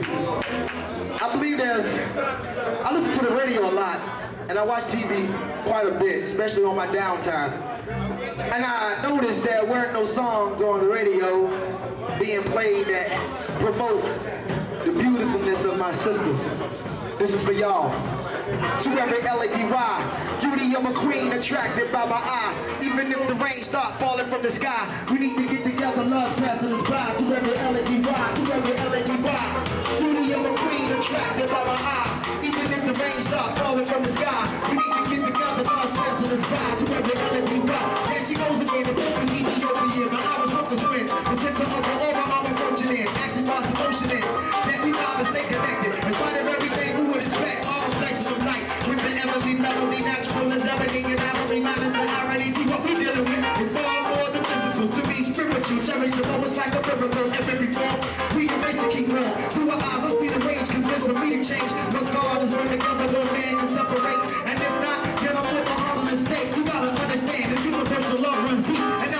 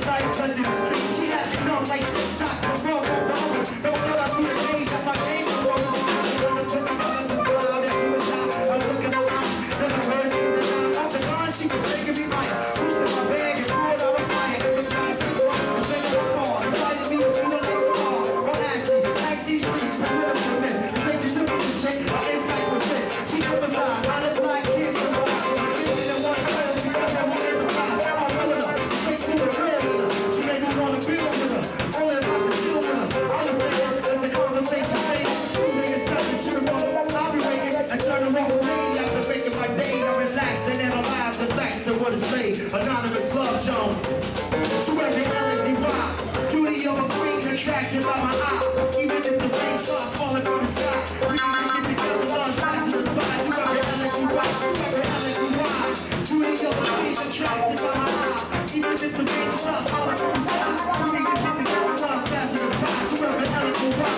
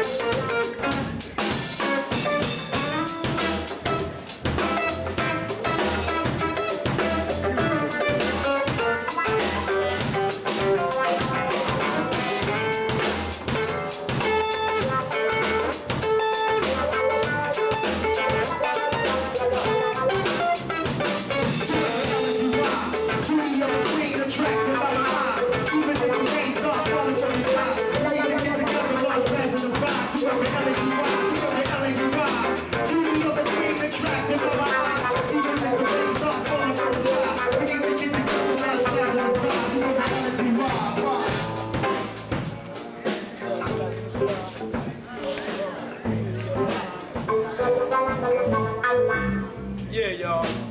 That's right. Yeah. Thank you. Yeah, big up, big up.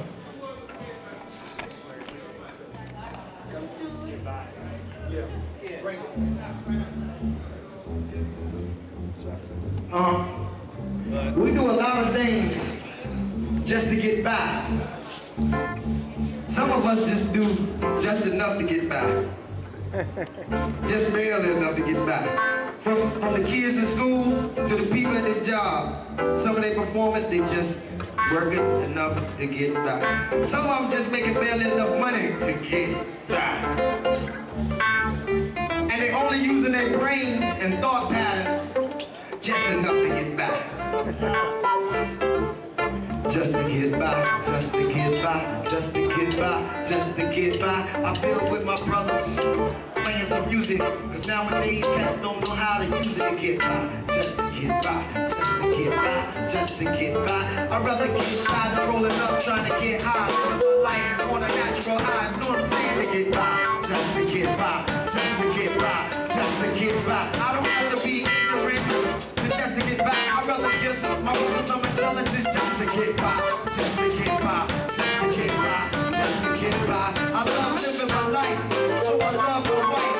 I love my life to get by, just to get by, just to get by, just to get by. Give the joy back to the master for bringing me here. This is the reason that I'm speaking to get by, just to get by, just to get by, just to get by. You know what I'm saying? We play music and get by, just to get by, just to get by.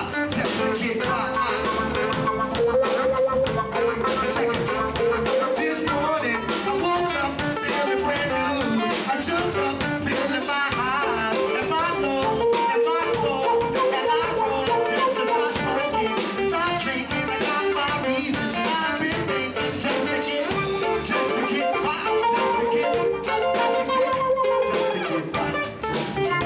just to get by, just to get by.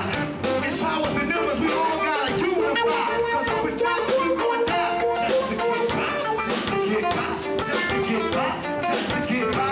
I let the ignorant on the street, wait to get by on the way down the street. I say y'all just to get by, just to get by. You better get by, you better get by. President Bush just was messy enough to get by. Because belly enough to get by, belly enough to get by, belly enough to get, just to get by, just to get by, just to get by, just to get by. I'm living my life the way that God meant it, so God said it, it's not, and you can tell them all it.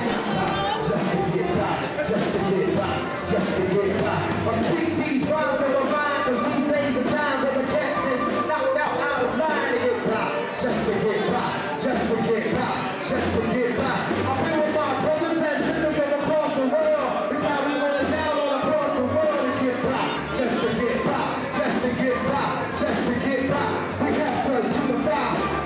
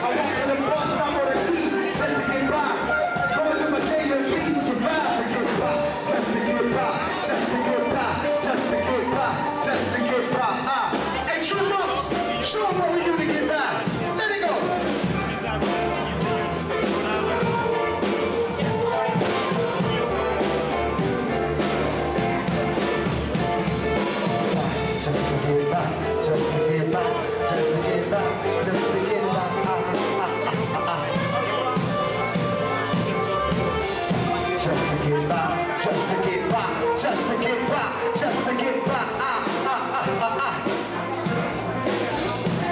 This morning I woke up feeling brand new. I jumped up feeling my highs and my lows and my soul, and I rose just to start smoking and start drinking and got my reasons, and I've been thinking just to get.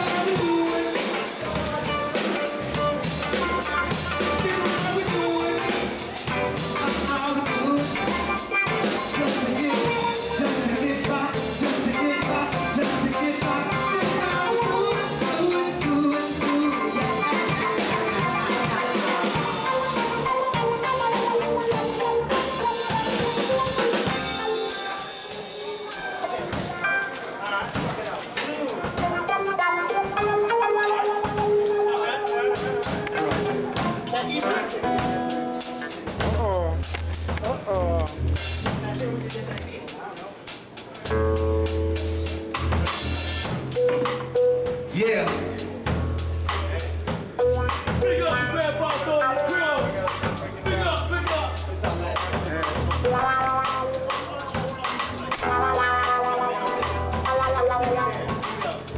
I believe a lot of us have good intentions, but not enough show their actions. When I came out in 1994, I started my own label. Got a strap of recorders along with one of my best friends who was with me in the trenches from the beginning. One thing in life we said we was gonna do, out of all our peers, out of all our siblings, out of all our friends, we was gonna take it there. You say, well, I said we're gonna take it there. Now here we go.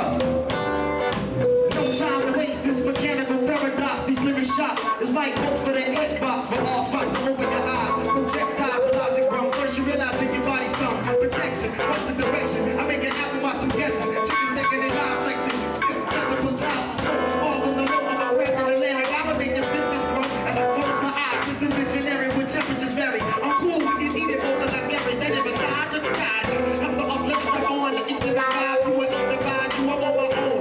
Disconnect from me and phone. Or like a shadow to battle the darkness. Without no backbone, think twice. Or making the first decision. My third eye can take away your vision. Use it on my next mission. Utilize it, realize it. Create the plan, but utilize it. Deep in the struggle, barely surviving. Take it there, take it there. Get a ticket there, take it there, take it there. Your time zone, the hemisphere, we came to take it there, take it there. Your time zone, the hemisphere, we came to take it there, take it there, take it there. Your time zone, the hemisphere, we came to take it there, take it there. Listen. Maximum sustain, I'll be the least contained. See the burst in the flames, I'll be the first they blame. The kind of rhyme in my inertia pain.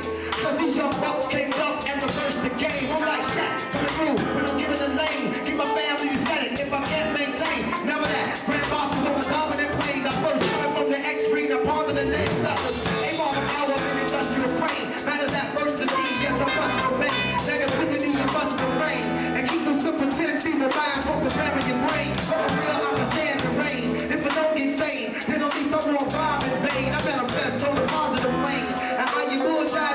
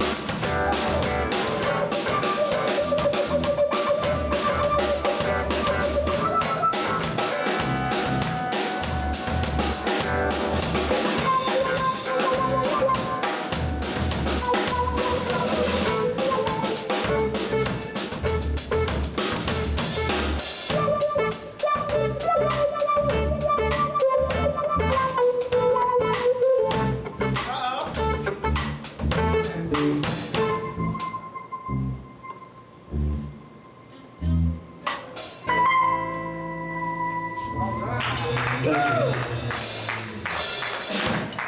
right. Hey, man, great is the word. Hey, great, great, super great. Thank you for having us again, man. Much love.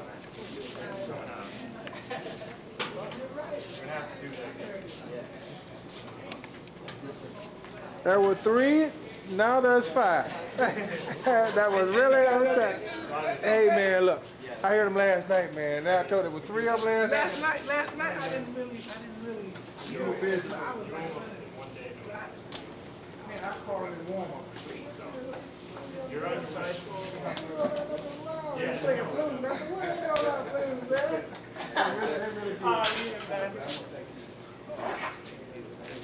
Take it that sound good loud on it. We got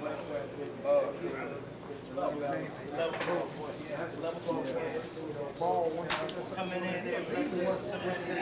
Oh, man. Always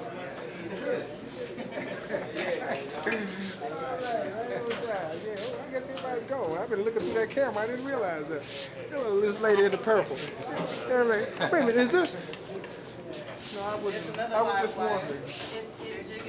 Is this Miss Arthur? No. Oh, I'm sorry. You guys saw working all working together. I didn't know. I'm fine. I'm Sharon. How you doing? Oh, you don't even know each other. Just introduced us. Hey, working. Wait. Oh,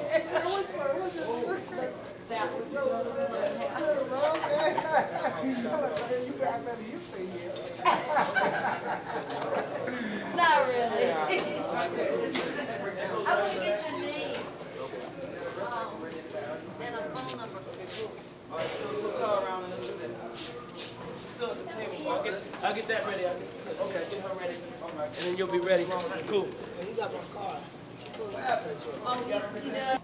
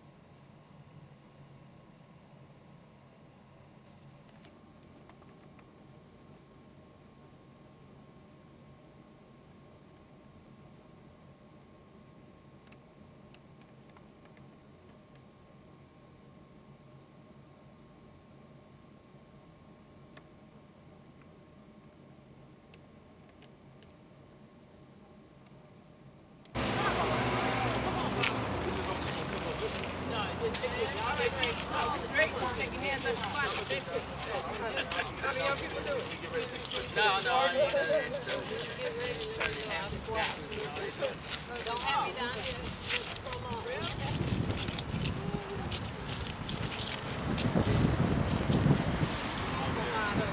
Man, you gotta get on it. Man. All right. Money down in front.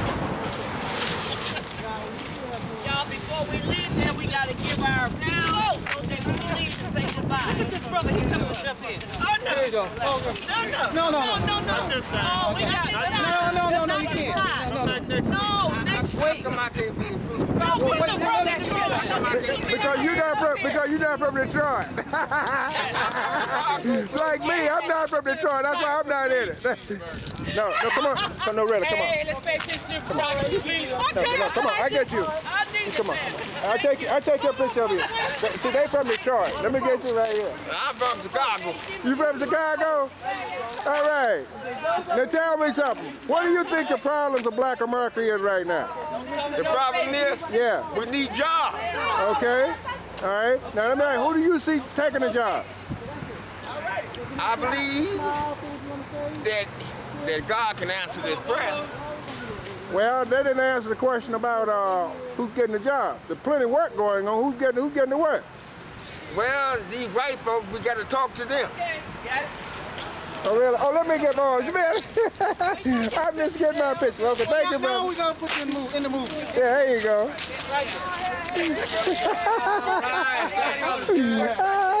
Yeah, let me get it. What? Is that y'all's bus? Is this your bus? Yes. A friend of Johnny Cochran. What my name is?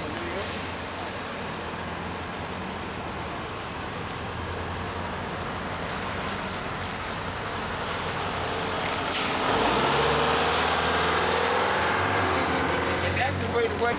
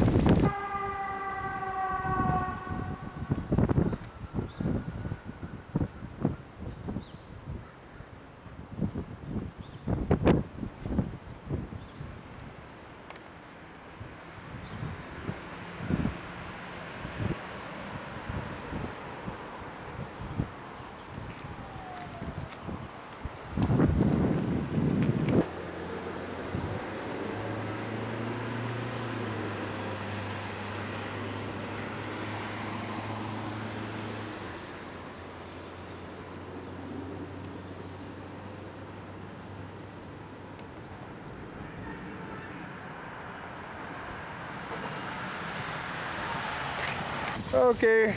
And do you live here in Boston? No, New York? Yeah. Oh, really? What part? Bronx. Bronx, okay. Yeah. Well, how many people are here from New York today? I don't know. Well, just me. Oh, okay. I've only seen, I'm from Washington. Oh. And I've seen also Malik Shabazz. Oh, you have seen him? I didn't see him. Yeah, and let me see. Well, he's in Harvard right now. I saw Professor Jeffries. Yeah, the letter. Yeah, I saw him. He's dropping down. He's their way. Let me see. Look, I'm gonna get out here. I need to get in the streets and do some shooting. Hi, how are you this morning? Look, I'll catch you down there.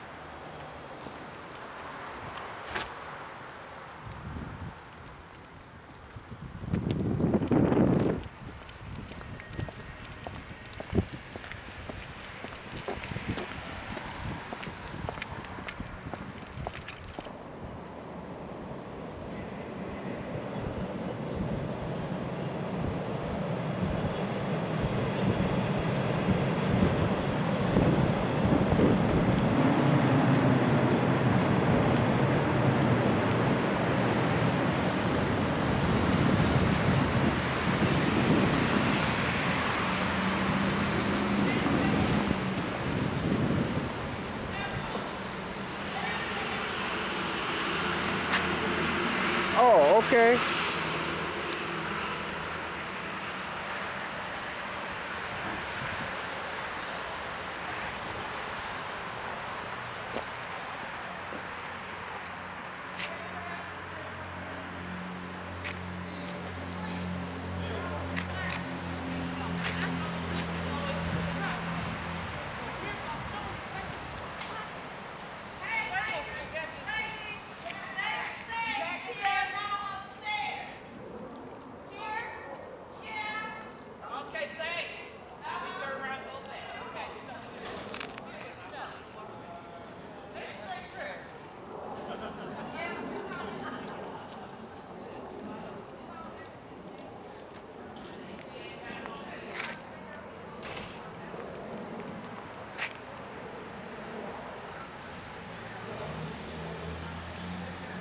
Sure. Damn bad the thing on standby. Don't go ahead. Thank you, sir. They're burning off by now. I'm trying to look at it.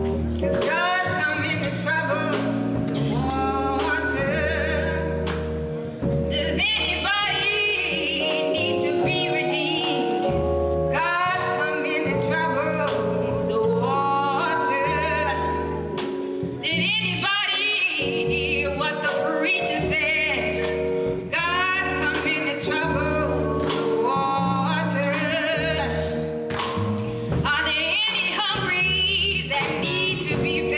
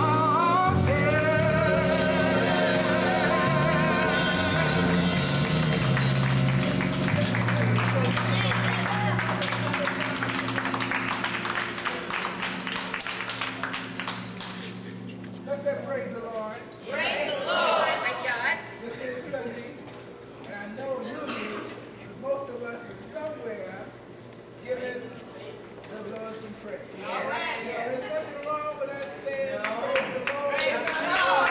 Or if you say something else, you may say praise God or praise Allah or whatever you may say. Yeah. We different things because we know there is a higher power. Yes. Yes. Somebody in control. Yes. Somebody who is directing the situation.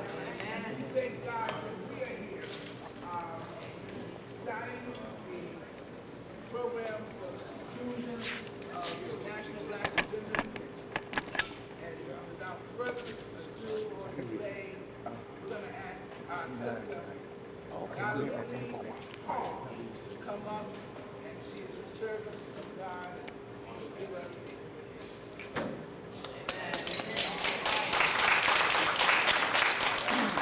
God always had you prepared, because I was just reading.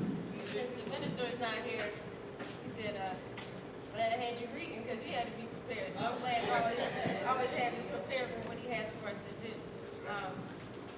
I was reading Nehemiah, and I don't know if everybody's familiar with Nehemiah, so I'll just give you a little brief synopsis, because this whole couple of days I've been going through Nehemiah, because Senator Owens has the inspiration that Nehemiah had to have to go into his city, and then to ask the king, who he was a cupbearer for. A cupbearer is the person that takes the food.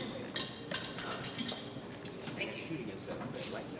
The cupbearer was the person that went and tasted the food and drank all of the liquids before the king did to make sure it wasn't poisonous. So he had to go through the treacherous parts of giving pleasure to someone else so that the person that should receive the pleasure gets it. And he had to go through the unknowingness of, is this poison? Am I going to die? But he took that stance, and Nehemiah said, well, this is my job, I'm going to do it. He took that position as being so close to this king and said, you know what? My family, my people are dying, and my people are dying, and I'm bringing you all this. I've been tasting your food and drinking of your cup all this time, and I've been doing it without showing you any emotion. And this one time I came up to you and I felt a little sad. And the king said, well, why are you so sad, Nehemiah? And Nehemiah said, well, how can I be happy when my people are perishing? And I'm here in your land, and my people, the kingdom is doing well, but my people, and the kingdom is flourishing, but my people, my nation is burning, my people are lost, and I'm sitting here in the kingdom serving you, and I can't serve you happy and with joy because of my people. And he just keeps having that draw in his spirit for his people, his people, his people. He could do anything he wanted to do in that kingdom. You know, he could live well, and he could just keep walking on and not think about what his people are going through. But he said, King, I can't serve you like I used to because I got this news about my people. And the king said, well, what do you need me to do? Because God said, I'll prepare a place for you in the presence of your enemies. And he used that king to say, you know, what do I need to do so that you can get to a place where your people are? And Nehemiah said, well, you know what? I need to be excused. I need to take time out to go and see about my people. Before I do that, I need some things provided for me. I need a letter to get me through all these territories. I need you to tell all these other kings that I'm allowed to come through because I'm going to help my people. I need you to tell them to give me whatever I need because you're a respected king. And I need you to sit this before me so that when I walk, I can walk unscathed. That I can walk and I don't have to look behind my back. And I can walk and not see any barriers. So he went and he took that stance and said, I'm going to go to this king who I taste this food and poison for, and I have so much faith in my God that I know that he'll provide anything I need, even in the place of my enemies, the king who doesn't care if I live or die. But he'll make sure that this king gives me everything that I need. And Senator Owens is going before people and said, you know what, my people are feeling some type of way. And I can't rest because my people.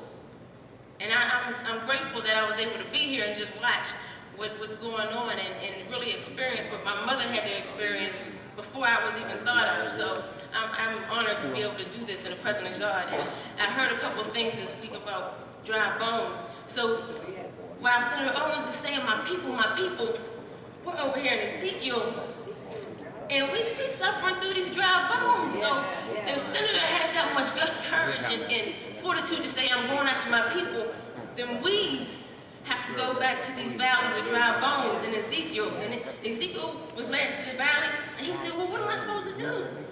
This is death. You know, what am I supposed to do with all this? And the bones are dead, so God, what am I supposed to do? can do anything. So watch me work, and I'm gonna tell you what you need to do because I'm gonna allow you to do it. You go through these valleys and you see the dry bones, and then what I'm gonna do is give you the power to say, and speak it into existence because I'm able to do any and all things that you can't conceive. So when we go back home and we're seeing these dry bones, I'm working with kids, and before we came here, we buried 4 of them back to back because our kids have the valley of dry bones, and that's like a deep thing that we have to get into. That might be a whole another week that we would be able to address that, but they're in another zone. Their paradigm is foreign.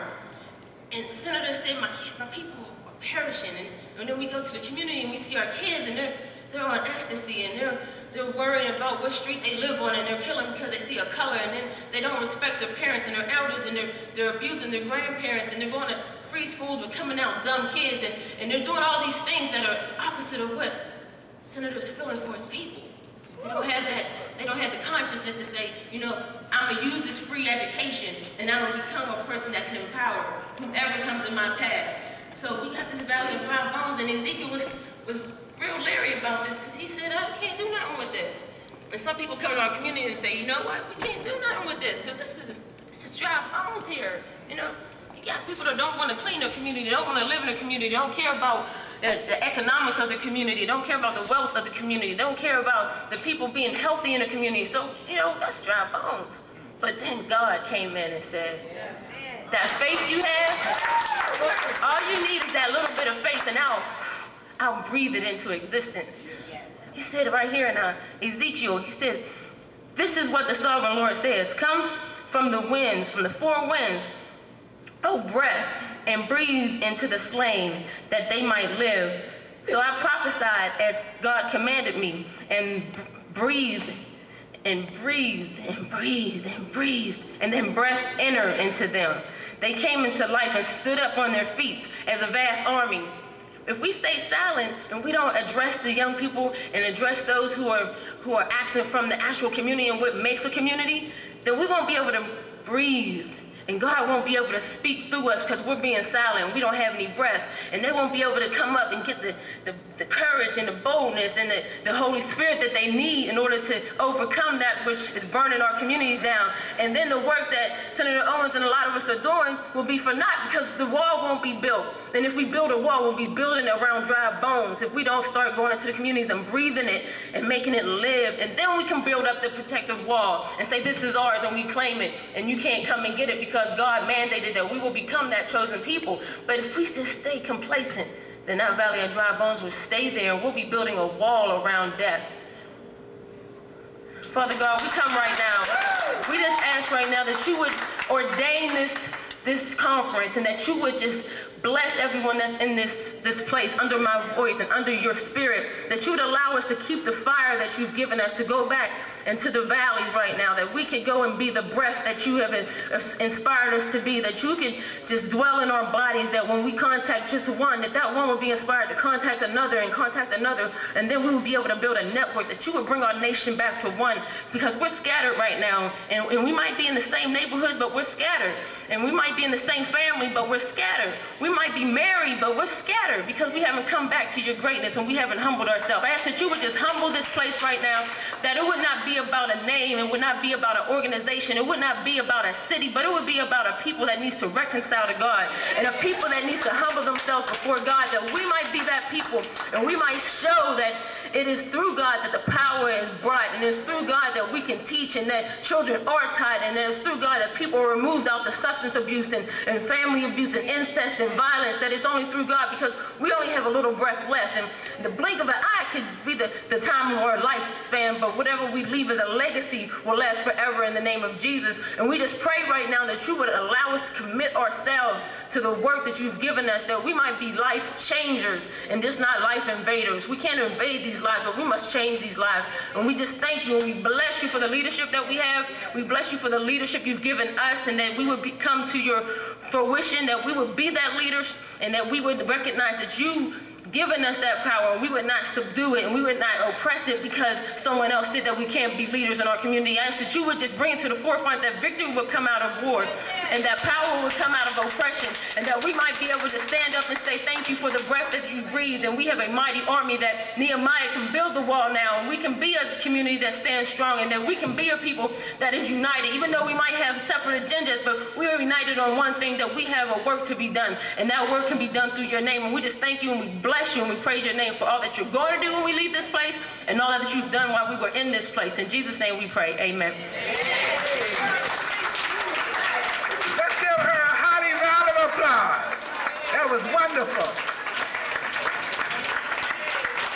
Great job. Great job. And I'll tell you, ladies and gentlemen, I don't know where the Reverend is. All week he's been on time. He's done everything I asked him to do. He came in from Chicago and said, whatever you would have me to do, you know, I'm here.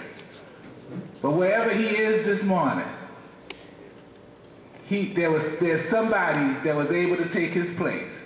Sent from God. As we used to say, there's a ram in the bushes. Isn't that right? Give her another round of applause.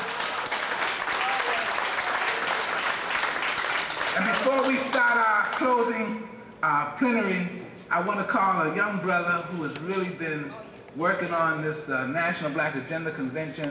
He and a group of other brothers that he worked with, and he's here this morning, and we're going to let him give a poem, and then I'll turn it over to Dr. Jemadari Kamara. Let's have VCR brother Vernon C. Robinson present him with a hearty round of applause.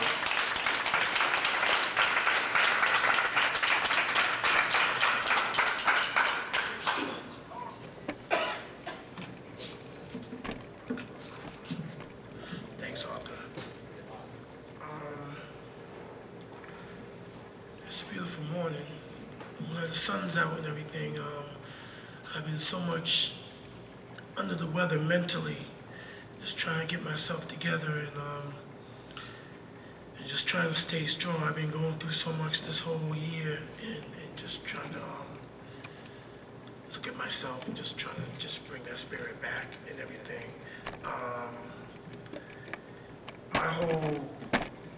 My whole mission is just to be real. You know, we all have to be real, definitely, because it's so rough just to try to pull folks together and just support our community and support the things that we do. And I find it so crazy because it's hard for folks to even come out unless there's somebody that's well known and pay so much money just for an individual that comes from out of town and doesn't do that much within the community, doing the work by feet, by hand, by mind,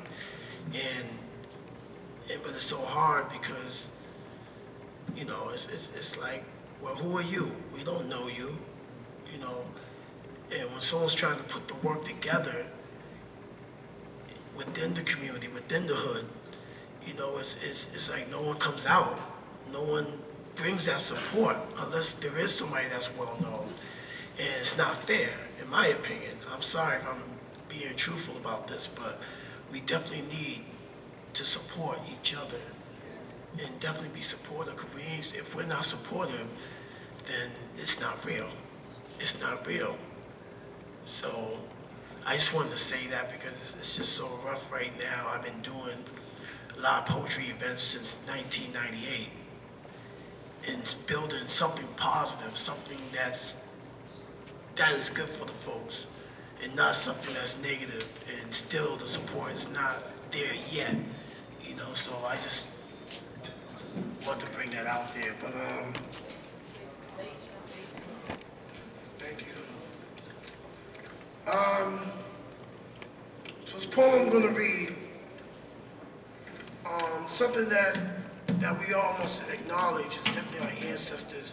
Me being in between the elders and the youngsters. I'm not a youngster, I'm not an elder, I'm a man, straight up. So, for me being in between that line, I mean, the question is, how old do I have to be in order not to be a young folk? You know what I'm saying? I'm not a young folk, I am a man. I am someone that's trying to make it happen here in the community. Of course, we all have our flaws, but you know, it's all about building and it's all about growing. But I also just definitely want to acknowledge the elders, I mean not the elders, the ancestors that's not here on this earth, still here in spirit. Of course we pour our libations and everything, that's an important thing because we have to remember our ancestors definitely. So this poem is in relation to that.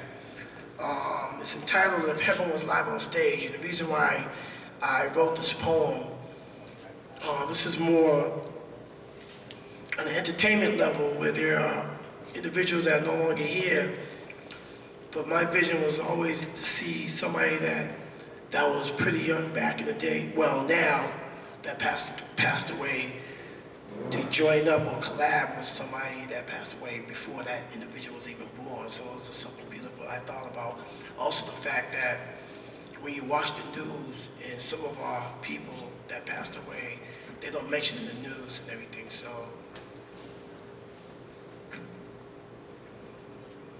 this is entitled If Heaven Was Live on Stage. If heaven was live on stage, I would be scatting with Ella Fitzgerald, sharing duets with Sarah Vaughan, and rapping verses with Left Eye. Afterwards, I'm asking Florence Ballard, where did our love go? And if she intends to walk away, I would shout, stop in the name of love. If heaven was live on stage, I would be dancing with Josephine Baker, showing her how to do the Harlem Shake. Then switch partners with Bojangles and party with Selena. While Jackie Wilson would start grandstanding on the dance floor, feeding pure rhythm, battling Trouble T-Roy, Rerun, and Gregory Hines to a beat created by Jam Master Jay. If heaven was live on stage, I would start reminiscing the good times with Paul Williams, Millicent Franklin, Eddie Kendricks, and David Ruffin, wishing Otis Williams was here to cipher with us. But of course, it was just my imagination. Once again, Jermaine Stewart made sure the word was out that Sir Duke, Miles, Coltrane, Blakey, Mingus, and Monk would do a jam session tonight with Phyllis Hyman lacing the vocals and calling Aaliyah and Celia Cruz in as a special guest performers. If heaven was live on stage, I would hear Billie Holiday, Nina Simone, Dinah Washington, Bessie Smith, and Betty Carter singing in Vogue tunes with Big Pun supplying the rhymes for a remix to a classic rendition. The great Bob Marley would take our minds to the islands with Peter Tosh as a sidekick and Tita Fuentes playing the percussion, vibing to a Capleton joint. If heaven was live on stage, Scholar Rock would be DJing at a spiritual concert with Red Fox emceeing the event, starring Dizzy Gillespie, Grover Washington Jr., Charlie Parker, and Louis Armstrong. A blast quartet featuring Big Al, Robin Harris for the comedy segment, Otis Redding for the singing of the Black National Anthem, and Minnie Riperton will astound us all with Loving You. And then Scott would request a little freestyle. Cowboy would memorize a message from the dome. Freaky Ty and Too Poetic would join in with the human beatbox, providing the Then I would grab the mic, reciting a poem in collaboration with Langston Hughes, because we don't do slams. If heaven was live on stage, boy, if heaven was live on stage, I would create a Showtime at the Apollo type show where I would lure the audience to allow MC Trouble to win every week, because I got a crush on her. Jimi Hendrix and Johnny Guitar Watson would join John Lee Hooker in playing their guitars with a combination of rock and the blues, accompanied by Roger Troutman in his talk box, giving the crowd more bounce to the ounce. Then heads will listen to a Kirk Franklin medley done by Curtis Mayfield, Mahalia Jackson, and James Cleveland, while Cap Calloway and I would try to fire up the audience, having them all chanting in unison, hide, hide, hide, hide, audio, audio, with Sammy Davis Jr. as our very own hype man. If heaven was live on stage, I'd be backstage dialoguing with Sun Ra, Fats Domino, and Barry White, then talking to this female, telling her that she has a thing for Rob from Milli Vanilli. She tried to deny it, but I was like, girl, you know it's true. I was told Marvin Gaye and Tammy Terrell have reunited again while having a conversation with Gwen Guthrie, asking her what's going on, and she replies with, ain't nothing going on but the rent. As Eazy-E and Lionel Hampton would team up in the process of producing a track for Frankie Lyman, Sam Cooke, and Donny Hathaway. And then there will be a time in my life where I may be in heaven, where I may be live on stage, blessing the mic by the grace of God. My vocal cords from the speakers will echo, uplifting spirits and soothing souls, words able to transport clouds in a circle of motion, lyrics capable of reheating the sun, poems confident of shining every star in the sky. Creativity brings brightness to the moon, and the music has godly strength and potential to slay non-rhythm devils in my way. Then all the angels would give me a standing ovation for a well-put performance as they shout, encore, encore.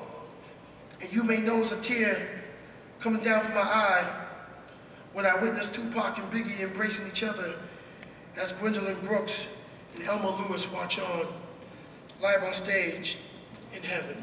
Let's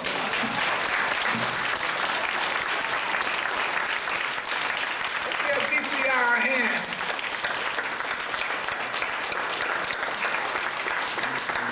Vernon C. Robinson.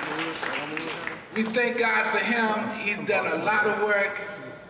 He deserved a few minutes on the floor. He really did. Asked for nothing and just kept moving where we asked him to move. Give him another round of applause.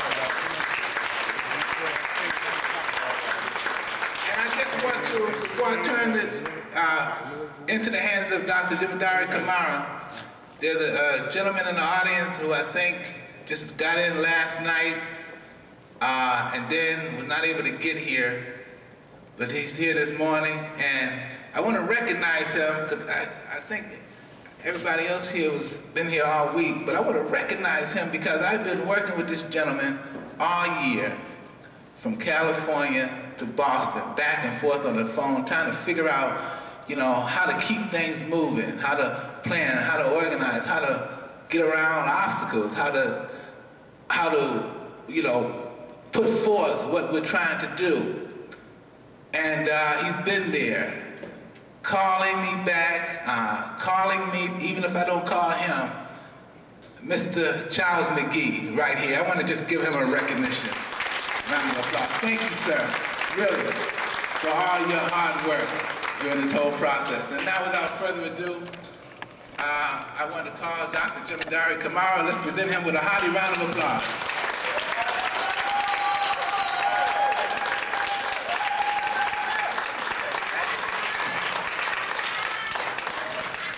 Thank you very much. That's for all of us, for all the work we have done. And thank you very much for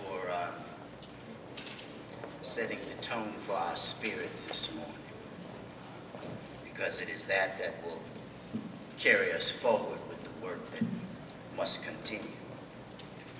I'd like to take just a few minutes to reflect on where we have come from in order to help guide us in the next steps that we must take. You recall that in the packets each of you had received, there was a, for most of you, there was a segment that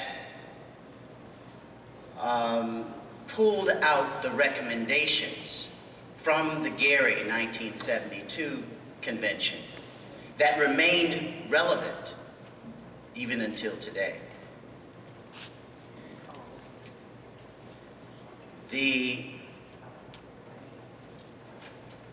In 1972, there was no Senator Owens. There was no Representative Owens. In our community, I think there were 2 state representatives. It was out of the experience of Gary, Indiana. It was out of the production of a national Black agenda document that articulated the interests and concerns of our communities in the range of areas that we focused on during those days: political empowerment, economic empowerment, human development, that energized people like a Bill Owens to come back to their community to do the work, to take up the challenge of engaging in the process of electoral politics in our community. Bill Owens was a businessman.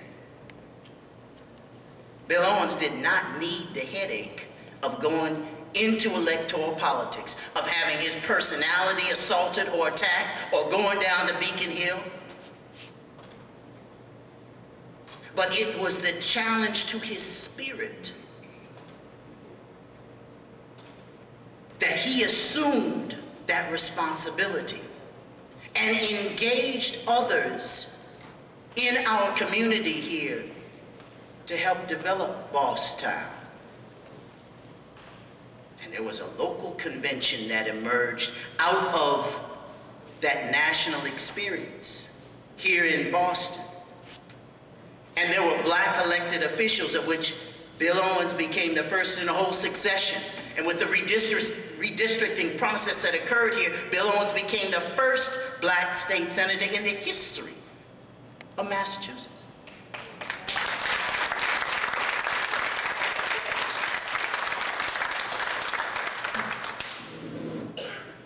He took up that challenge, but it was because he became engaged with others. He became the embodiment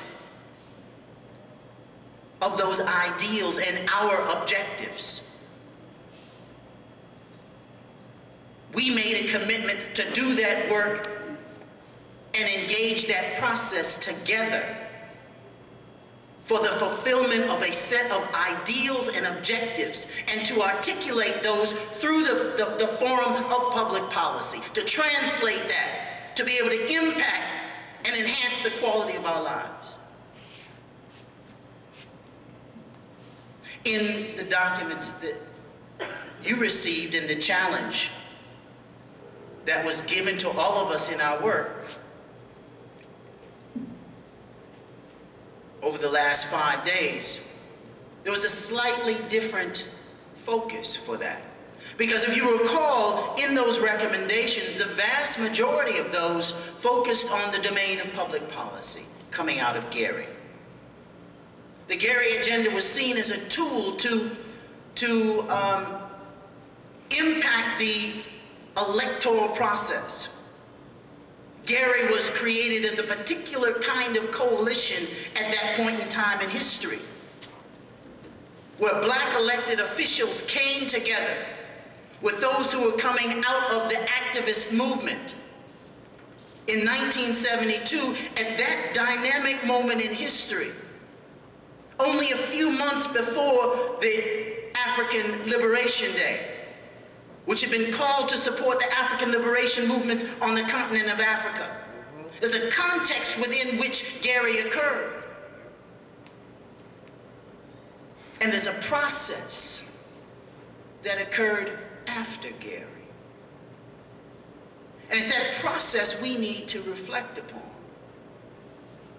Because you see, in that broader Gary agenda, there were some very particular recommendations that came forward, some of which weren't included in your packets.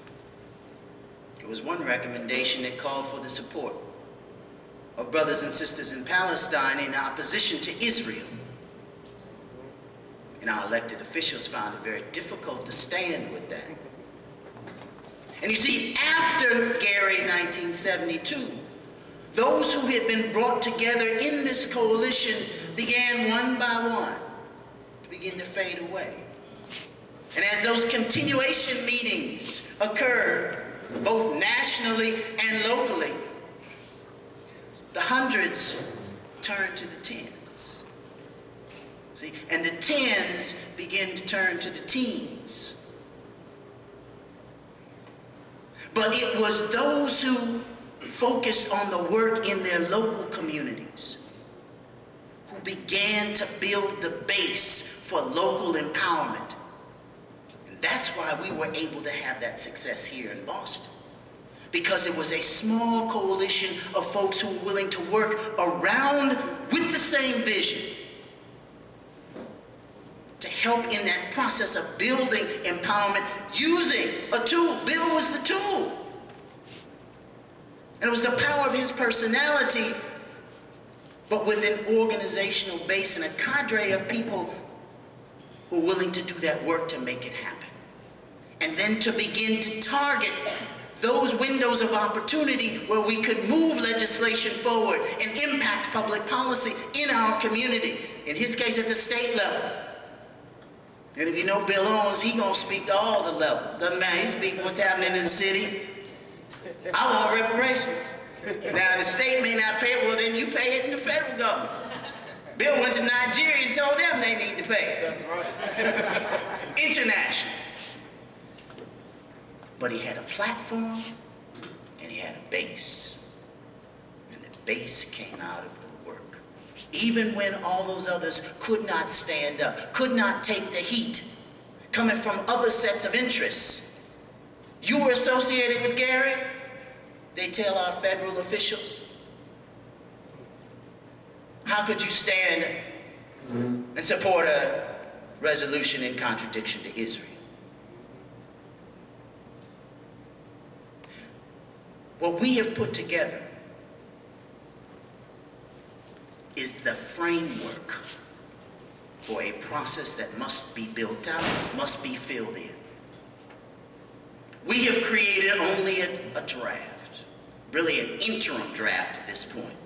There's a lot of work and stages that need to go on now for us to actually just physically, the physical process of putting this together and being able to get a concrete draft back out to you. We've already had calls from other brothers and sisters that are interested in doing work in their communities to see what it is that we have done. What is the framework that Boston has created? And it is indeed a framework upon which we hope others will be able to build out and in fact embellish. We are aware that there is a process to go on later this spring. If, in fact, in several communities in this country, in Chicago, there's a process that is to occur. And we're more than willing to share the work that we've done. There's a process that will go on in the South, in New Orleans, and others on the West Coast. I'm very glad to see Brother McGee here. We're willing to share this with you and hope that you'll be able to convene others there to fill in on the work that we have done. And as we share this with you in your local communities, wherever you have come from here, the feedback will be important. For us in Boston, we have some very particular challenges. Because as the host, here in our community, we have a responsibility to report back to our community here, what is it that we have done? All this talk about having this convention, they want to know what is the work now. In the draft of the agenda that we have set forward for the work that we have committed ourselves to do. So not only do we now have to do the synthesis to develop the process and then to distribute that to you, to put this in your hands for reflection, because many of the parts of what you're going to see are going to be new. Because yesterday we had an overview from each of those areas. What did we give them, 10 minutes to be able to share that? So when you go through that in detail, much of that will be new from the other areas. Each of us could really only attend one session. So we want you to comb through that. We want you to reflect on that. And what is most important is, one, to give us feedback, but secondly, to begin to focus and articulate what are those very specific pieces of that. Most particularly in the second dimension, which is the new dimension we have included, which is around community strategies. Gary focused on public policy, and indeed, we have a whole dimension of recommendations that are focused in the domain of public policy, some local, some federal, or state. But in this area of community strategies, those are the challenges that we have made for ourselves. What can we do in our own communities? It doesn't take the man to do that. It's not his responsibility, it's ours. What can we do to impact our own community? Because, you know, the internal contradictions are most often those that bring you down. And it is our own internalization of the dynamic of racism that most often keeps us apart. Racism, when we talk about the institutional structures of racism, you know, when we go to university, I don't want to get too complex, you know, but it's real simple. It's called a dialectic. Dialectic means that, you know, there's two sides to it. And the institutionalization of racism in the society, which is based upon the whole concept of white superiority, and how whites institutionalize that in law and structure, has a reverse side of that. You know, it's like the concept of a slave. You know, can't be a slave unless there's a master. You can't be a master unless there's a slave. And you can be a slave and not be in shackles because your mind is enslaved. You know, when we have this structure of racism based upon white superiority, produces the concept of somehow black inferiority. And we accept that in ourselves.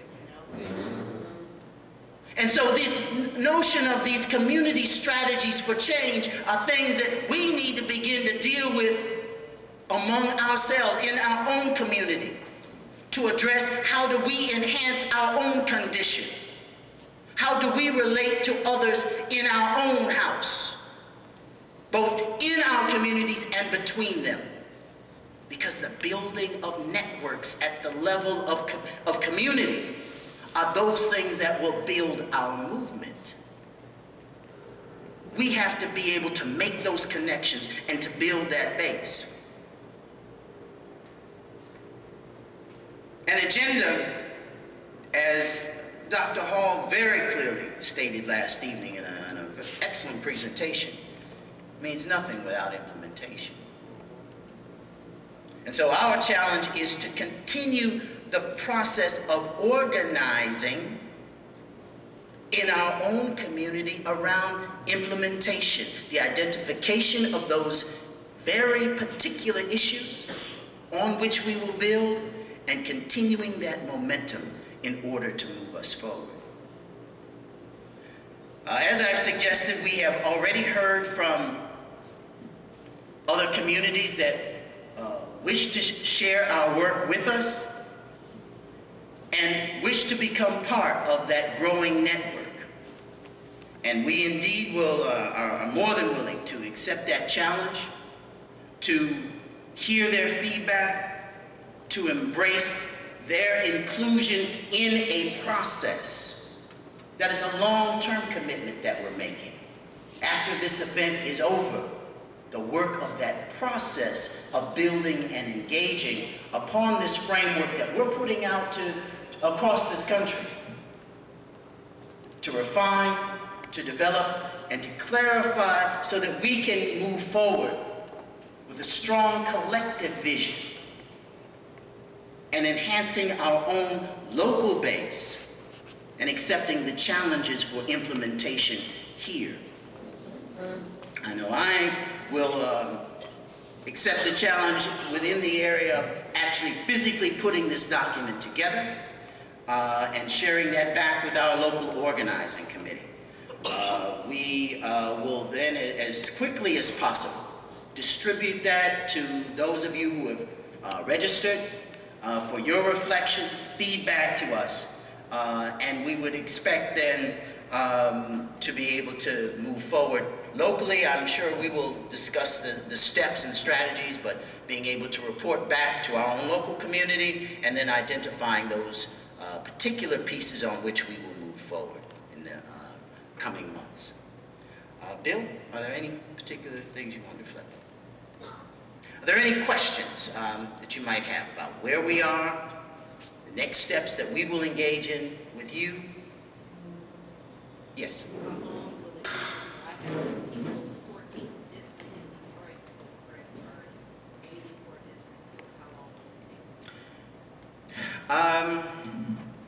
We will hope to get this out to you in those successive steps by the end of next month. We should be able to get this to you. We have to, as I say, put the pieces together just physically putting them together and then being able to synthesize this and then do the process of dissemination. But I hope by the end of next month.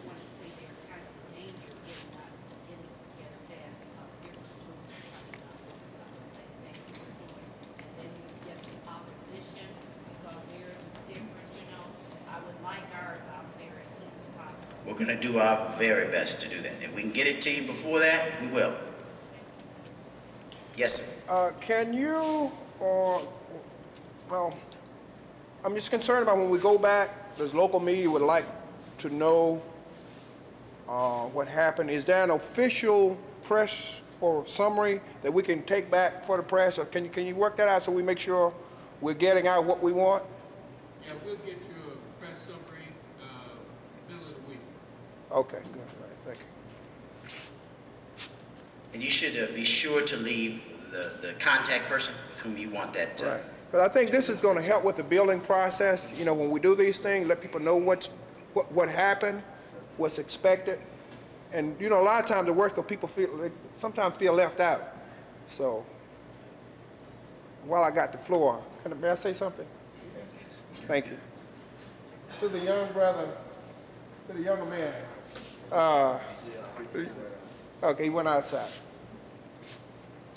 He touched on reality and by how he was kind of down. I just want to say something to him and all of us. He shouldn't feel down, and none of us. I would imagine most people here are probably from out of town. Is that right, Bill? Okay, right. And I want to say something to all of you in this room, but in particular him. So if I don't see him, someone please make sure you get the message. Oh, there you go. Yeah. How you doing, brother? It's one thing I want to say to you, as being an older person. See, we're over the hump. You got the energy. You, the young ones, can get a lot more done than we can, because we're tired in a lot of ways. But I want you to remember one thing. Most people in nature are followers. You understand me? It's those such as yourself. It only takes one. The people you see in this room, including yourself, are the ones who is leading. People will follow you. Don't be discouraged. It's hard, brother. It's hard. But don't give up. And you heard the song that the sister sang over there? Wade in the water. And something I have in my pocket. I want everyone to leave here with it. I don't know if you might have seen it. It's this nut. Sometimes people are going to call you a nut. Right? This nut has a reason. It's called something. We must understand why it's called what it is. But don't you ever forget, brother, that it's those who are here that got the momentum going. And that's the hardest part, to get it in motion. Once it's in motion, momentum will take it up. So be encouraged by the people you see here and keep on struggling.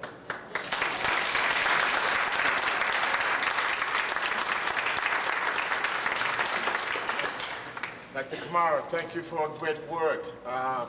My concern is that we're leaving out of here today with the momentum to start the movement. Everyone is departing today knowing that there is a movement ahead of us. Where do we go from here? When is the next convention? Is it going to be in 1 year or a 2-year span? And Rhode Island is staying ready to host the next convention. All right.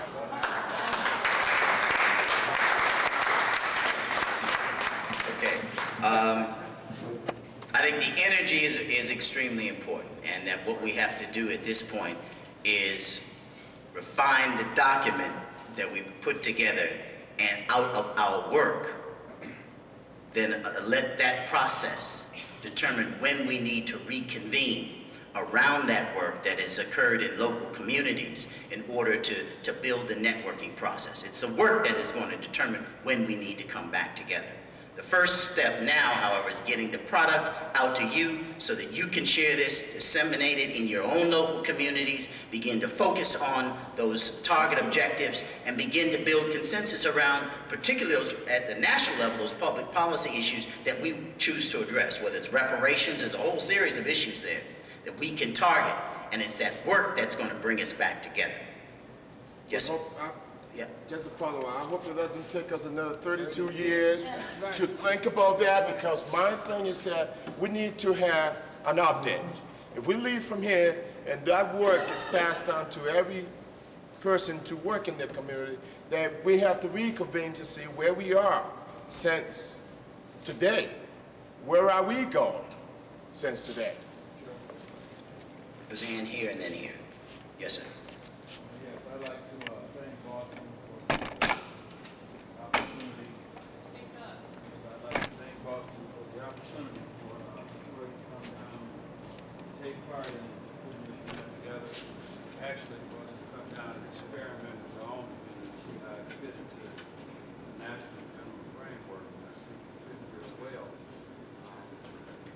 I was just as a reflection, I wish that some of the spectators would have been from around the country, more than just locally. It might have been a different perspective to the dialogue. I wanted to know if you had a website we could go to download the agenda once it's complete. I'd like to know what your reflection is on the contribution of FOTIVA and the Detroit delegation to this committee. There is a website, to answer the first part, which is NBAC 2004. Yeah, with www. NationalBlackAgenda.org. Yeah, www. It's spelled out. All one word. One word. NationalBlackAgenda.org. Yeah. Yeah, the email to which you can send information to us is nbac2004@yahoo.com. So either way, you can communicate with us, and we will have the agenda, once produced, available for you to access there. And I think that at least from what I have, seen in just superficially going through the sections, that the inclusion of the ideas from the document produced in Detroit had been included in any number of areas as a foundation and core for a number of the particular areas of work that around which we're doing, which suggests that there's some strong work going on in Detroit. There's a hand here, yes, sir, and then here. Let me say a couple of things that I think are important. First of all, Brother Moses, and to everybody who is not aware, it has not taken 32 years to do this again. If that's what you think, and you didn't read the call document that pointed out that there is a tradition of conventions after Gary's, all the way up until last year, you need to be very, very scientifically clear that black folks in this country didn't just meet in 1972, and somebody got the idea that we should be convened again until 2004. That's historically inaccurate, and we need to be very clear that it is inaccurate. If anybody is saying that, that is simply not true. Now, there is some truth in the fact that there have been different kinds of gatherings over the last 32 years. Conventions, conferences, united fronts, meetings at the local, state, regional, national, and international levels. The black community has not been silent for 32 years, folks. We didn't come to Boston because the black community was lost, disorganized, uninformed, without an analysis and no strategy. We came because the quadrennial circus called the presidential election drove some people to want to meet. You need to be very clear about what happened and why it happened. You also need to be clear that this was a regional gathering rather than a national convention like Gary. Don't try to analogize this to Gary. Gary had almost 10,000 people in it. You understand? Hundreds and hundreds of thousands of people were at Gary. But Gary was Gary. What this is not Gary. And don't try to assess it based on what Gary was. Take it for exactly what it was, which was the beginning of the redevelopment of an agenda process There are other processes. There's a process going on in Chicago, like it or not. Another regional meeting's going to happen after this. They're going to pull a lot of people from the Midwest.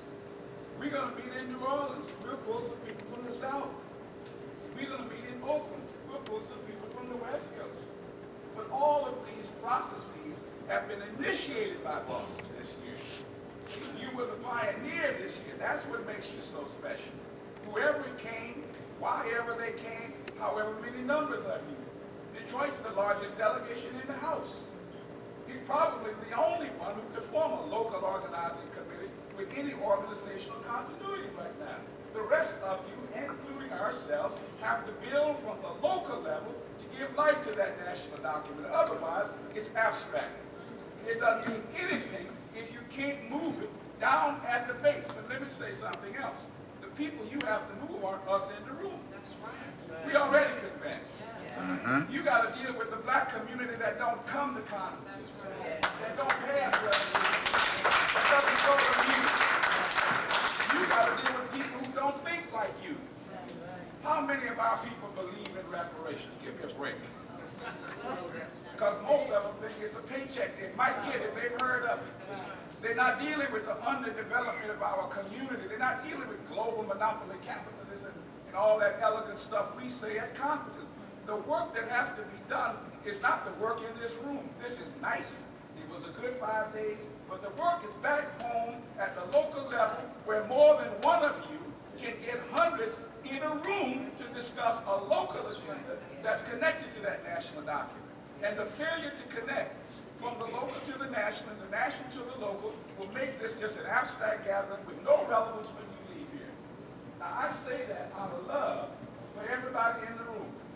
Because I'm one of the people who went back to the Black Power Conference in 1967, and I've been at every one of those national gatherings we've had since then. And I say it out of love because there are clear lessons about what works and doesn't work after you gathered in a meeting like this. And the key to it is to understand that there are many issues in the document that you will not agree to.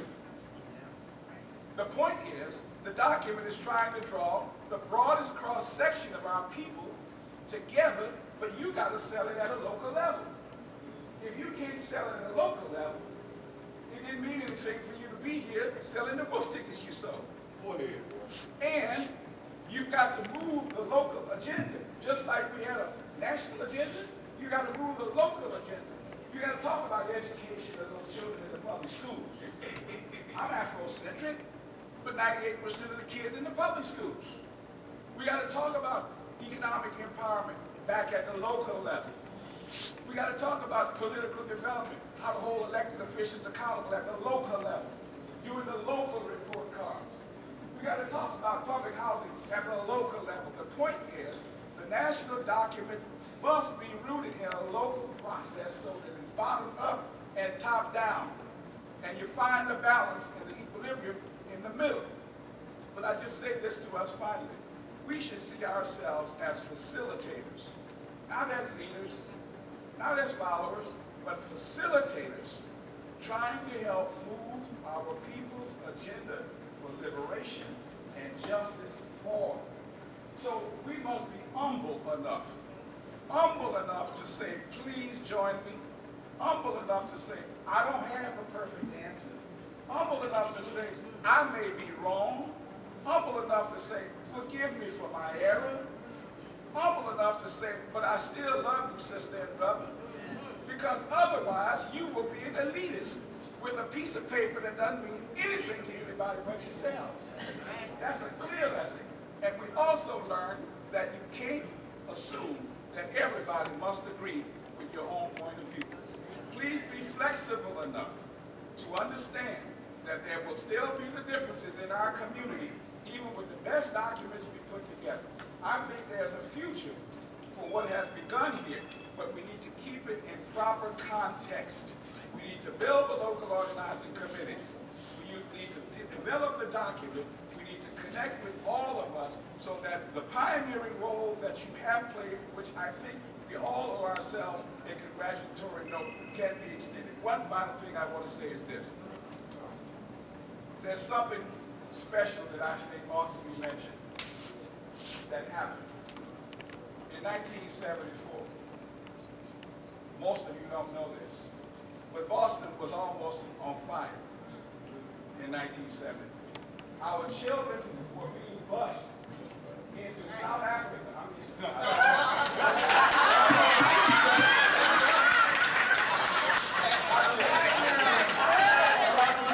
Lisa May Tafadali. South Boston. Boston was sending buses, and black men were getting on those buses to have to defend those black children. That's right.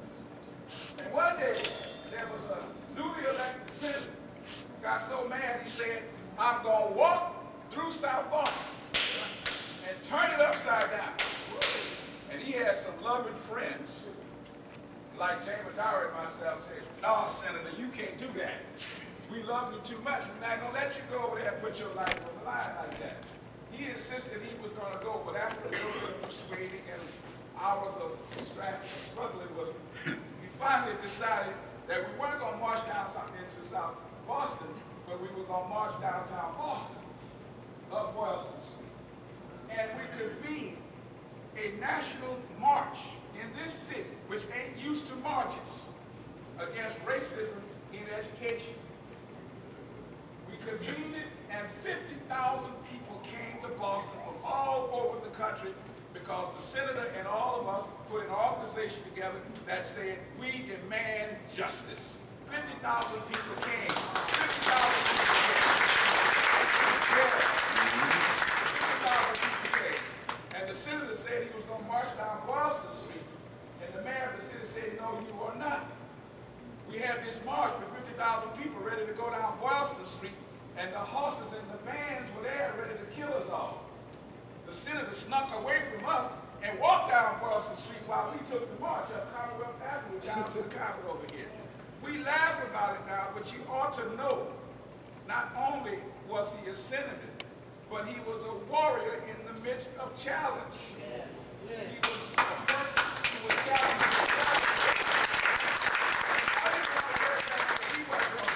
I didn't want to let that event go by historically. Yeah, it was nice to have a couple of cities that are here that got to build local organizing committees, but you should also know that this is an important year, and it was another good reason to come to Boston. And I just want to thank him for that, and thank Jay Madari, and thank Shirley, and thank all of the black community of Boston who stuck with us when we could have all lost our lives. That was another reason to come here and celebrate, and I think we should all stand and thank the community of Boston and the city.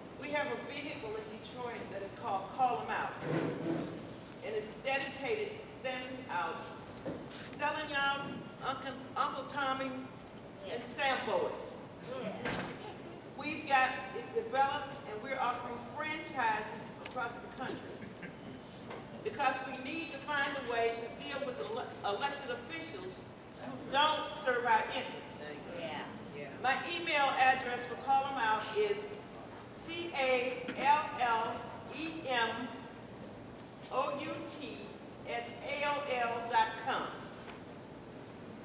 And to help you out and to motivate you, I have ribbons in packs of about 20 back here.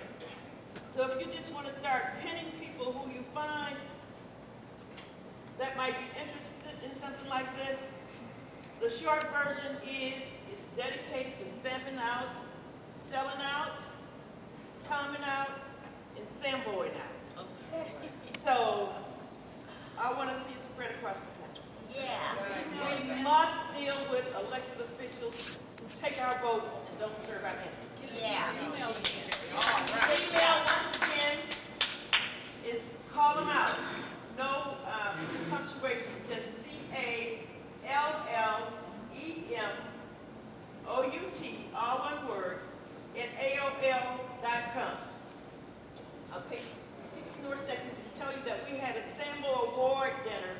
in the city of Detroit. We had ballots.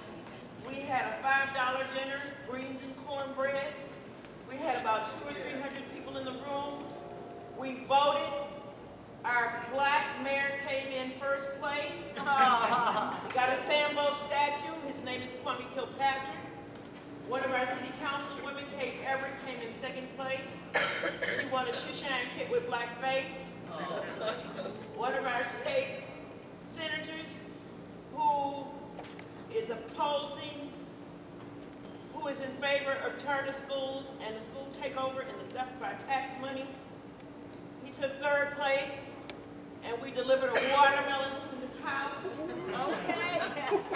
So, in Detroit, we intend to deal with elected officials who take our votes and do not serve our interests. Good job.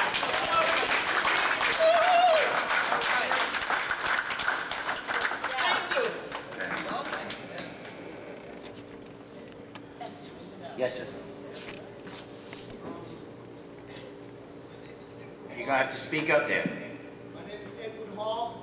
I'm just one of the freedom crews here. I'm a proud member of a drug facility,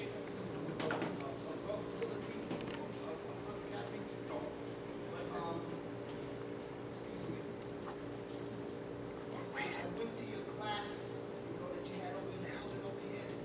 I almost felt bad talking, like being too good on my speaking or my speech, and I just would like to see more of, could you put me down with the homeless, put me down with the people that's in jail, but I'm not in jail and I'm not homeless, but today I'm a part of the community. I want to start doing something.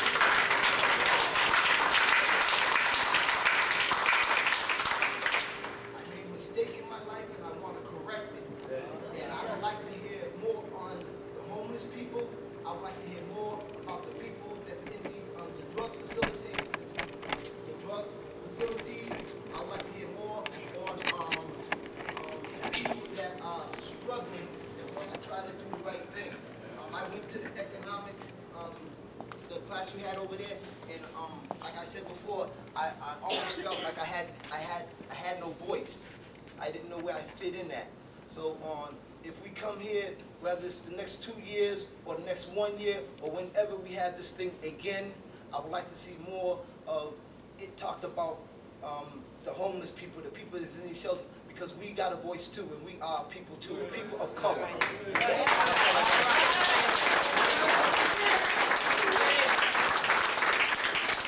Thank you very much for expressing that, brother. And Representative Shirley Owens Hicks is doing some things specifically to address those concerns. I'd like her to respond. Thank you, Jamie Derry, and Brother Edward Hall. I am so glad that you stood up. And when you said that you did not talk so well, you did very well. And we appreciate it.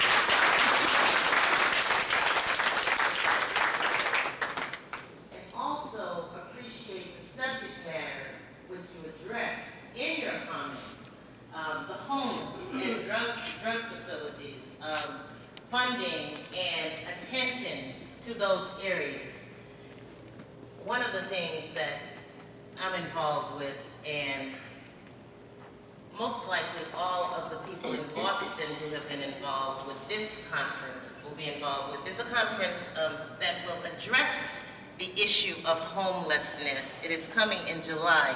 You might have seen Sister Rhea Dunn outside all week advertising and getting names of people who would be a part of that or interested in becoming a part of their conference. However, that conference will address the issue and make recommendations, but in the legislature here in Boston, in Massachusetts, and I'm sure across the country, there is already effort to decrease the homelessness as it exists in our society. But you know, that's something that needs to be raised as profile even higher than it is, because right now we look at, legislatures look at how it is that people who lobby can make a difference, most likely in the lives of the individuals who are in office, And there are some of us who look at it as a social phenomenon and something that has to be addressed no matter what. I mean, there are some of us who come to office understanding that our charge is to feed the hungry, clothe the naked, take care of people who can't take care of themselves. And there are others of us who feel that we need to be there to advance whatever agenda that they would like to advance based on where they come from. So those people who have brought to the office the kind of commitment to ensure that folks who have no voice have a voice need some help in terms of everybody else who can come to serve as advocates to raise the banner. Having said that, that's a roundabout way and a long-winded way of saying to you that we are fighting the battle in the legislature as we speak. However, we're not winning that battle. And we're not winning that battle because I believe there are not enough people who have raised their voices to ensure that the issue is heard and understood and appreciated. And folks say, well, what can the homeless people do to me? You know, and that's the issue.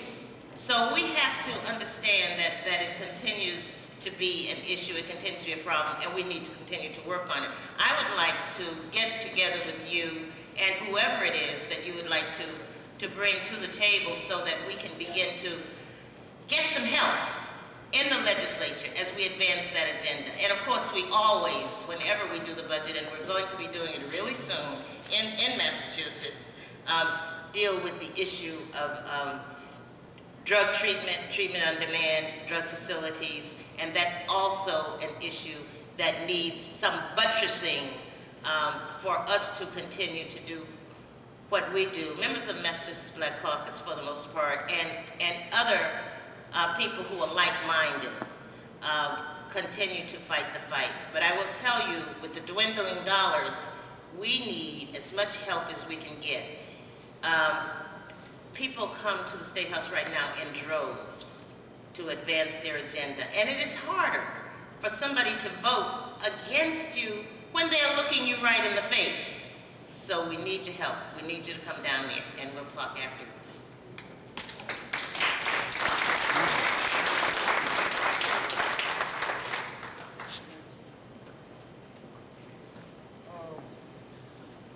Could I say something to that real briefly? No one say anything. Yes. Okay. The issue of homelessness and a lot of the other resources is very important. It's all about resources. It is, in my opinion, and I did not focus on an issue that I would like to have, but I'm going to be passing out some information for those of you who didn't get it. I need to make some more copies. The resources are here. The question is who's getting them and who's not getting them. It is our elected officials that's responsible for us not getting them. Now, it's a very touchy situation. We have anywhere from 8 to 13 million illegal immigrants in the country. Right? Our immigration policy needs to be reformed, in my opinion. You got some groups can come in and some groups who can't. Got some information, look at it, you will be hearing from me again, I trust you, if you're serious. Before we can make decisions, we need information.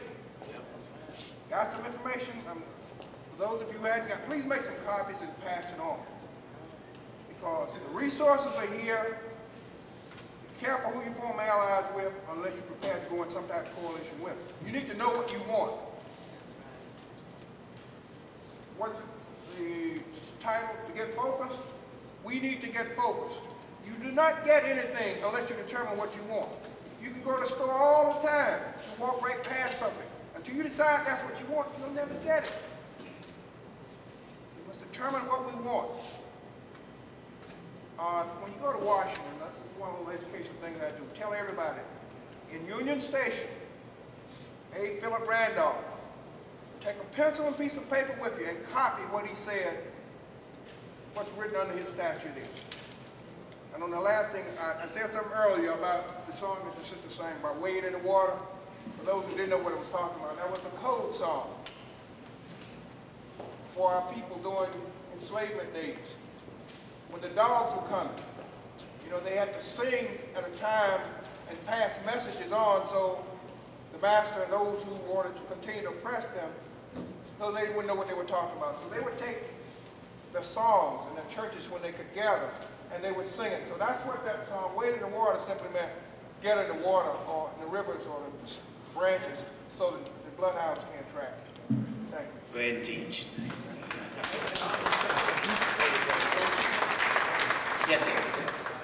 Yeah, my name is Byron Tucker. I'm from Detroit, Michigan. I work with the Million Man alumni, and it's my hope, and I really enjoyed this conference, it's my hope that out of this, along with the brothers talking about the homeless, that we recognize the incarcerated, justice, injustice, and the reentry into our community. They are a part of our community, and a lot of times we don't include them in this whole process. And they're gonna come back to the community, and they're gonna be an asset or a liability. And somehow or another, we have to make them an asset to the community. So we're trying to create a vehicle for reentry into the community in Detroit. And so that's very important. We plant the seed that just because they've been to prison and they got an expelled behind their name doesn't mean that they're bad and they can't do be good to and help the community build themselves up. Because sometimes they can be your greatest soldiers. All right. Thank you, brother. Comment? Yes, sister. I would just like to know how we can get the documentation. This is really important to take back so people can see and hear what happened here. If we're able to get copies of tapes or something documenting this event. Well, video. Like the videos. Well, I think you need to be in touch with the individual videographers. Everybody was shooting that. I know there's some event. I want to get some too. Okay, and Senator's going to share some of that information just before we close out, how you can get access to some of those other pieces of information.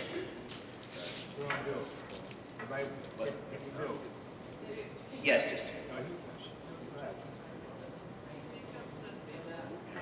Raise your voice, just a little. Yes.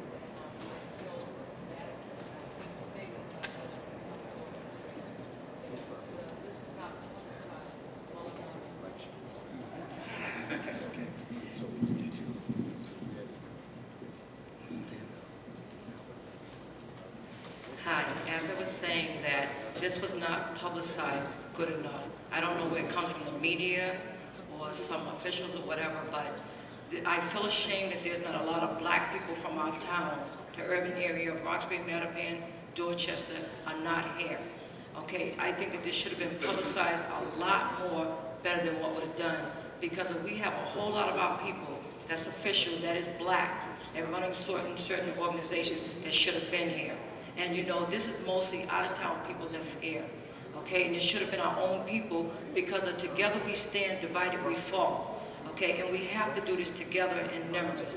And so I wish and pray and hope that next time this is publicized very well, so that our black leaders, mayor, council, and all that, that they get the support that they need, and they know what we need. Thank you.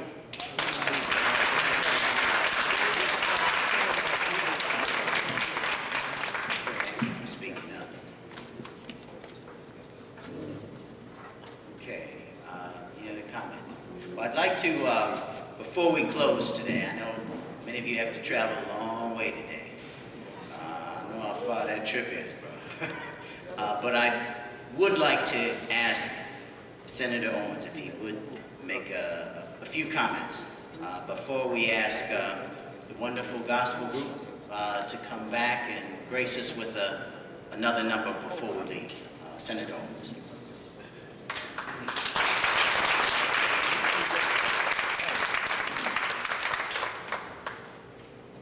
Let's give ourselves a big round of applause.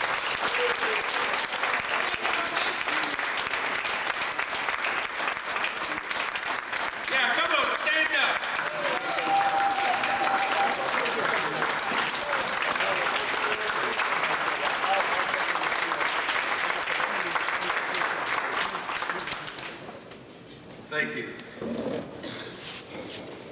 And I want to thank you, Dr. Camara, for kind of laying it out so that we'll all understand where we are. Please, I hope you can understand me. I have nasal polyps that have to be removed. I had this surgery 22 years ago, and I have to have it again, though I really postponed it for the last couple of years, but it's almost impossible. Maybe 4 or 5 months of, 3 or 4 months of the year, I can breathe okay. But as soon as any allergies pop up, that can't happen. So I'm talking like this.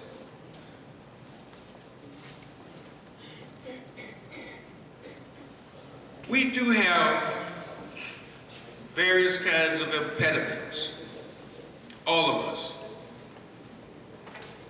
And sometimes we use our impediments not to do some work. And we use our impediments to make excuses about why we didn't do whatever it is that we said we were going to do. I can't accept that. I really cannot accept that. You see, I've got to have surgery on my nose. I've had a heart attack 21 years ago. I had my first heart attack. Well, I only had one, actually. Then I had a quadruple bypass. And then I had a Whipple surgery. Lost half of my, part of my stomach, part of my intestine, half of my pancreas, my gallbladder, and an override of my pancreatic duct, 6 percutaneous dilations of my pancreatic duct where there was invasion in my body. And still, I stand. Hold your bad self.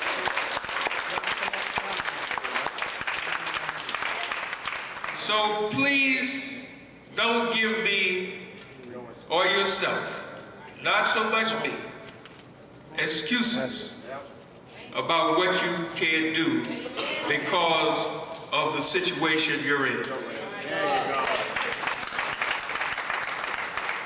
In 1965,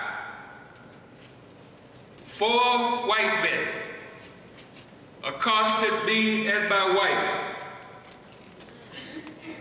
and beat me almost to a pulp. And when I was going down, first they slapped my wife. And I went and we had our beef. But as they took sticks and began to beat me down, I remembered what my father said. He said, boy, if they ever get you down, they will kill you. I used to go fishing every Sunday. And I had a little old fish knife in my pocket. I was dressed in a tuxedo, by the way. My wife was in a long gown. I reached in my pocket and I got that little old knife and I stabbed one of those guys 4 times. He lost his spleen, he lost part of his intestine, and his lung was punctured, but he lived. Because each time I stabbed him, I said, God, don't let him die. But in the end, I got a 4 to 6 year prison term at Walpole State Prison. That was in 1965. And still, I got elected to the House of Representatives 3 days before my parole was up. So don't tell me about the impediments. And 2 years later, I was elected the first black man or black person ever to serve in the Massachusetts Senate. After all of that, don't tell me about the impediments.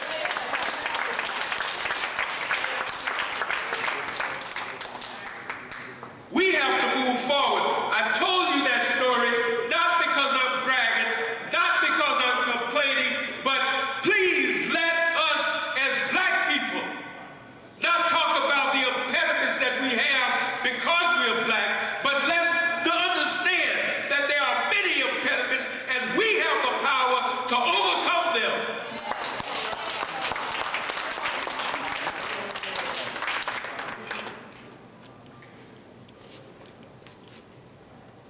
There are 2 gentlemen here that are taking photographs.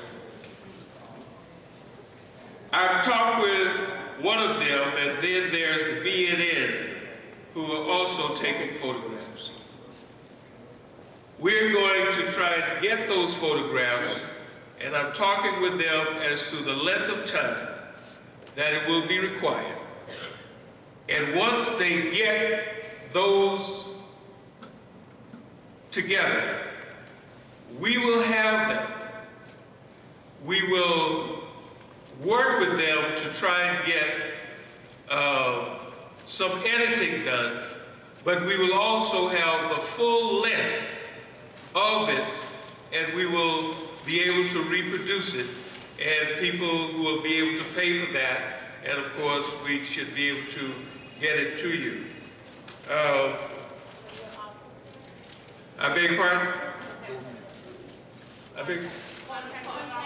Contact our office, and we will get that. We'll be able to do that for you, okay? Because these are going to be turned over to NBAC, okay? And we will be able to make copies and get that for you. And I just want to thank the videographers for the hard work they've done, for their tenaciousness, and the fact that they've been constant. And I want to thank those who have used the still camera of photography for all that you have done.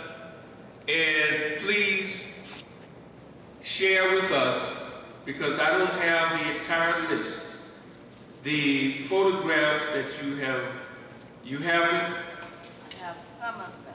been able to take, okay, so that you've been able to take, and we will hopefully be able to have all of those and share that as well.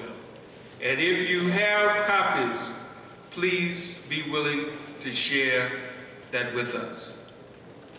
Finally, before you go, and before the musicians come back to the stage, because some of you missed them the first time, but they were truly fantastic. And I'm going to ask now Lily, since she said the morning prayer, that she would also, at the end of it, say another prayer, because the one she said was so inspiring to send us on our way.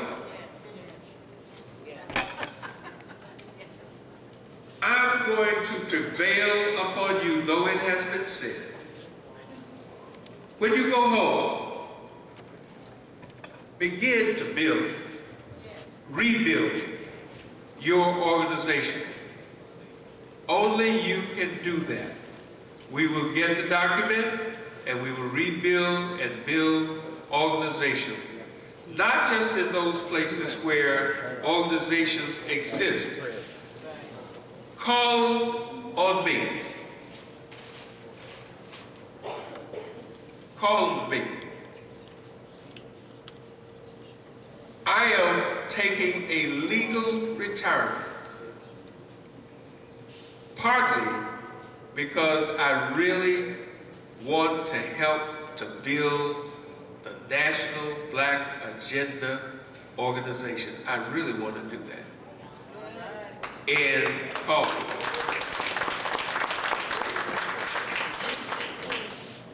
I want to share with you a little poem that my mother wrote. And in our household, there was no word as cannot. There was absolutely, you couldn't come into that house and say, I can't do this or I can't do that. Mother and Daddy didn't allow that to happen.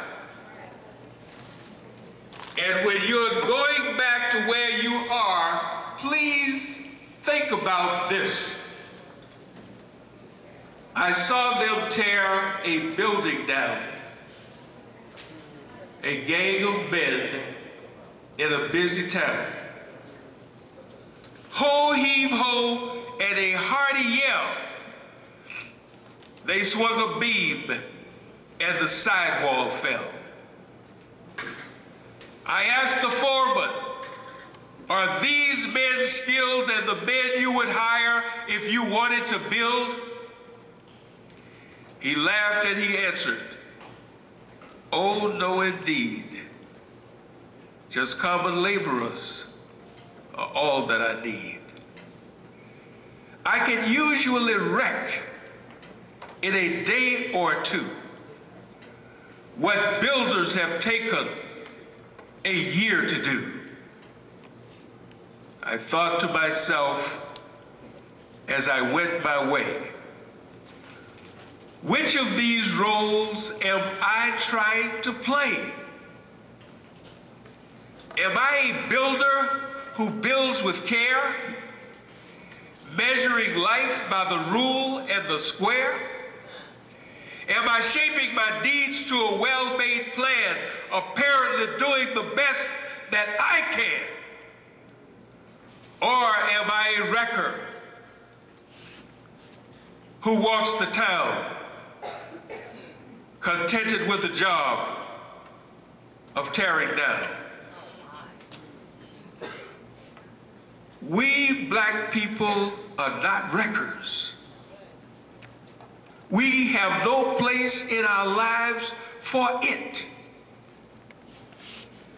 We built Washington, D.C.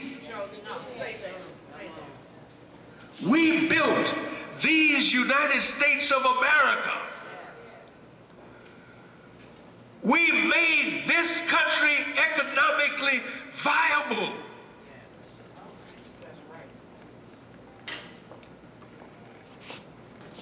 Even though they would not let us go to school, we have built most major institutions, not just in the United States of America, but all over the world. We cannot allow the mass media to make us believe that we are nobody. We cannot let them make us believe because there are a few who would tend to degrade the work that we've done. Because that is the only thing that they want to project, is whatever that is negative that comes out of the black community. When in actuality, there is so much positive. So much positive. Look at all of the black colleges in the United States. Look at the fact that we have today compared to 1972, where we had little more than 2,000 elected black officials. Today we have 10,000. That is monumental, but we should have a minimum of 12 or more United States senators, but we still don't have that. We have to work at that and make it a reality. But we have that to build on. We have a document that was established in 1972 that we have been building on even when we didn't know it. We were building on the agenda that was established in 1972 that came out of Gary. We've been working on it and building on it. All this is today. And all that will happen tomorrow, and all that will happen day after tomorrow, will be building on the agenda that was accepted, adopted at Gary, Indiana in 1972. In actuality, we may expand it a little bit. We may amend it. In other words, we may have some constitutional amendments, because that, sisters and brothers, my dear friends, should be accepted as a part of our Constitution. Yes. That's right. Absolutely. I am so grateful that each of you have taken this time out of your very busy schedules. And I know how busy you are, to come here to express your interest and concern about building and reshaping an agenda. Let us not allow those minor impediments to stand in our way. As they would say it in the Baptist church, I ain't gonna let nobody turn me around.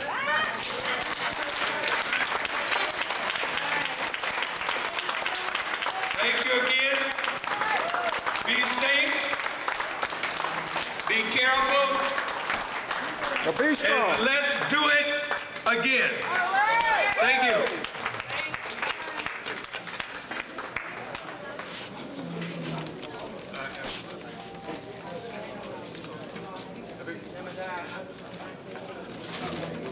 You want to make it announcement? Excuse me, just before we go and close out this morning, we have a couple of announcements I'd like to start. We had several things that were found in the area. We have some gloves. Mine. They're yours, all right, a hat here and an umbrella. If you have lost any of those articles, please come forward and see us here. We have a couple of other announcements. Good morning. Good morning, Ms. Randolph. My name is Leah Randolph. I'm the director of First Women's Circle, and Robert Kenny is also here, who is the director of First Academy. A lot of our residents and people who volunteered to participate in this conference, and so we acknowledged them last night. And again, I'd like us to acknowledge them for all of the support that they've given unconditionally to help in making this conference a success. And the next announcement is that we're also part of the Massachusetts Black Alcoholism and Addictions Council. We're fighting the budget crisis here in this state along with our elected officials. And some of you have seen this what is it called? It's a pledge form that's been circulating. We don't have any more pledge forms left, but if you can give us your name and your telephone number, we'll make sure that we get pledge forms to you. It's very important that we fill out these forms that help to support the Massachusetts Black Alcoholism and Addictions Council around restoring funds to the budget so that we can continue to provide the services that we need to provide in our communities. And we need to understand that the number one community organizations that are being impacted and affected by these budget cuts are the 3 community organizations that primarily service people of African ancestry. They wanted to cut over 40% of our budget last year, and it was because of the legislators that those cuts didn't take place. So we need your help in making sure that the budgets remain the same or increase instead of being cut. Thank you. Thank you. Hi, my name is Carol Mallory Causey, and I'm going to be running for the state senate here in the 1st Suffolk District.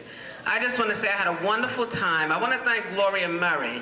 I wasn't feeling well, and she insisted that I come out, and I'm so glad that I did. Not only do I feel better, but I learned a lot. But I also want to take the time to thank Jim Adari. I don't think we've given him a hand. We need to give him a hand. We need to give this man a hand. He has done a wonderful job. And I just want to say thank you. I don't even think this conference would have run as smoothly as it did without his input. We thank all of you for coming. We love you. Our prayers are with you. Have a safe trip home. And hopefully the next time you get here, I will be state senator of the 1st Suffolk District. Thank you. All right.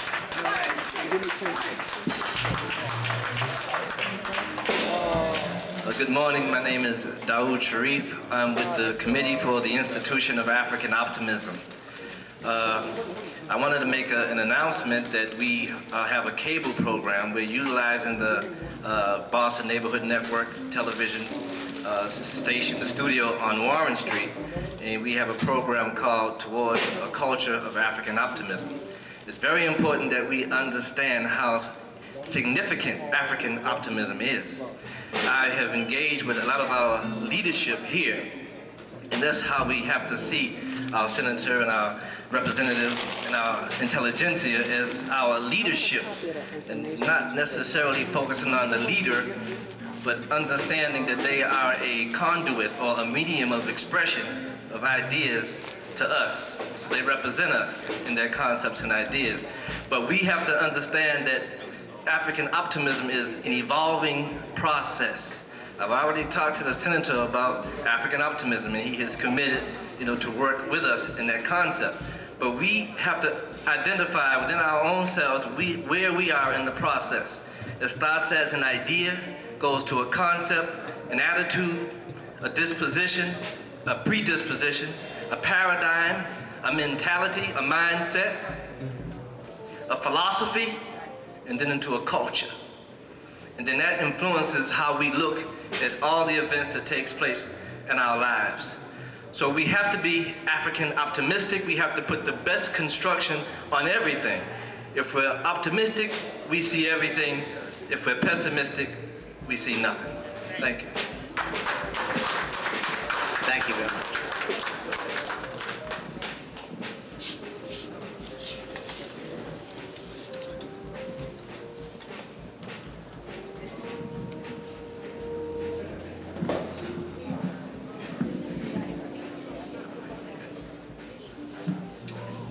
If we can get our hearts and minds clear. Corinthians says that the love of God compels us. But if we don't have that love, then what's going to compel us? So I'm encouraging everyone here who doesn't know Jesus that you would seek him for yourself, because that compelling can drive you when you're tired. That compelling can drive you when you don't have any money and you're trying to put on a conference. And that compelling can cause you to go into the community and touch somebody that might look as if they might harm you, or you're fearful to communicate with them because you're not knowledgeable of where they come from or what they might do or who they are. So I just encourage everybody to seek that compelling love that God will instill into your heart. I'm honored to be able to stay here, to have been able to stay here this long. I might get in trouble when I get back home because I called off work too long. But that's all right. I got a story before I give the closing prayer. There's a man, and he's at an airport. He's very busy.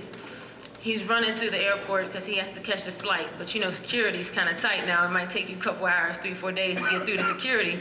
So he finally gets through the security, and he's running, and he's running. He's trying to get the plane. And as soon as he gets there, they say, "I'm sorry, but the flight's closed." So he says, "But I gotta get to this conference, and I gotta be there. And I only have an hour, and the flight only takes a half hour. Can you get me some room?"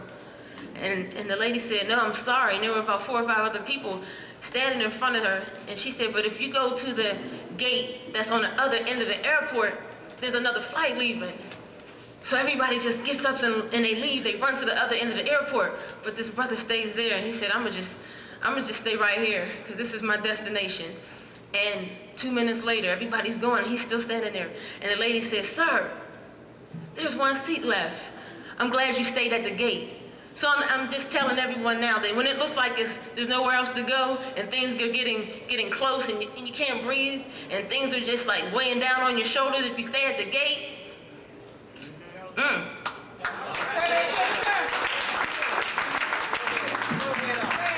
you stay at the gate, stay at the gate, Senator Owens, because there's going to be a seat left. If you stay at the gate in your buildings, in your homes, in the shelters, there's going to be a seat left. Somebody's going to get smart enough to say, "You know what, we got to collectively build and build a home so that we don't have homeless. And we got to collectively build so that we don't lose our apartments that are in the cities that we claimed. And we got to stay at the gate so that we don't lose the positions that we have in the government. And we have to stay at the gate so we don't lose our children and our elders because society's pushing them out. And we got to stay at the gate so that those who don't have can be the haves. And the ones that have nots, you know, they don't feel like they're on the outskirts, and they can say, well, we fit into this society because we made a place for them because we stayed at the gate." So I'm just encouraging everybody here, stay at the gate because there is going to be a place for us. One of these times, you know, somebody's going to run, but one of these times they're going to say, "Hey, oh, I'm glad you stayed here because we actually do have a room for you. We have money here, and we have property here, and our people are waiting for you here." But if we leave that gate because somebody told us to, we'll never get our proper place, and we'll never get our due, and we'll never be able to rise and be that mighty people that we are destined to be because we're leaving the gate. Because someone told us that there wasn't any room, but the love of God that compels us, he's going to make room if we stay at the gate.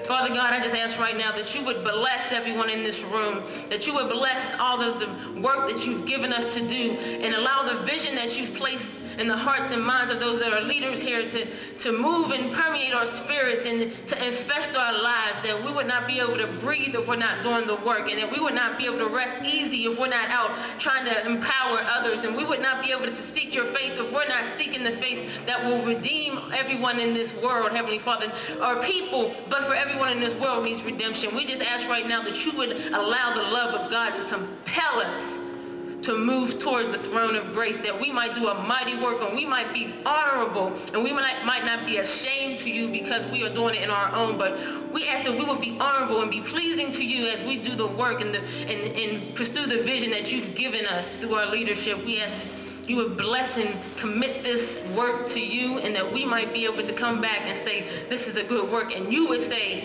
well done, my good and faithful servant. We love and we thank and we bless you. We ask for protection as everyone goes to their homes and their cities. We ask for grace and mercy as we travel in the highways of the buses and the planes and driving our individual cars. We ask that you would be our pilot, not our co-pilot, but our pilot as we move.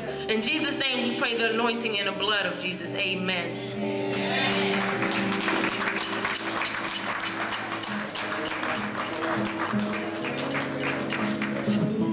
As we go home, we would like to go out on the very positive spirit of our warm gospel group. So if you would take us out, please.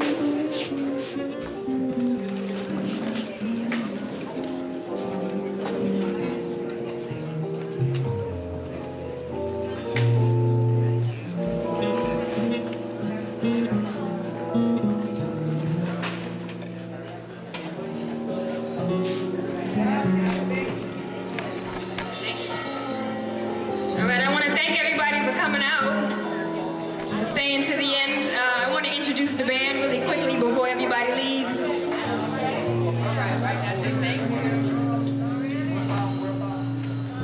We have the brother here, Terry Orlando Jones, on skin, on the drum. The brother Adonis on keys, on the road.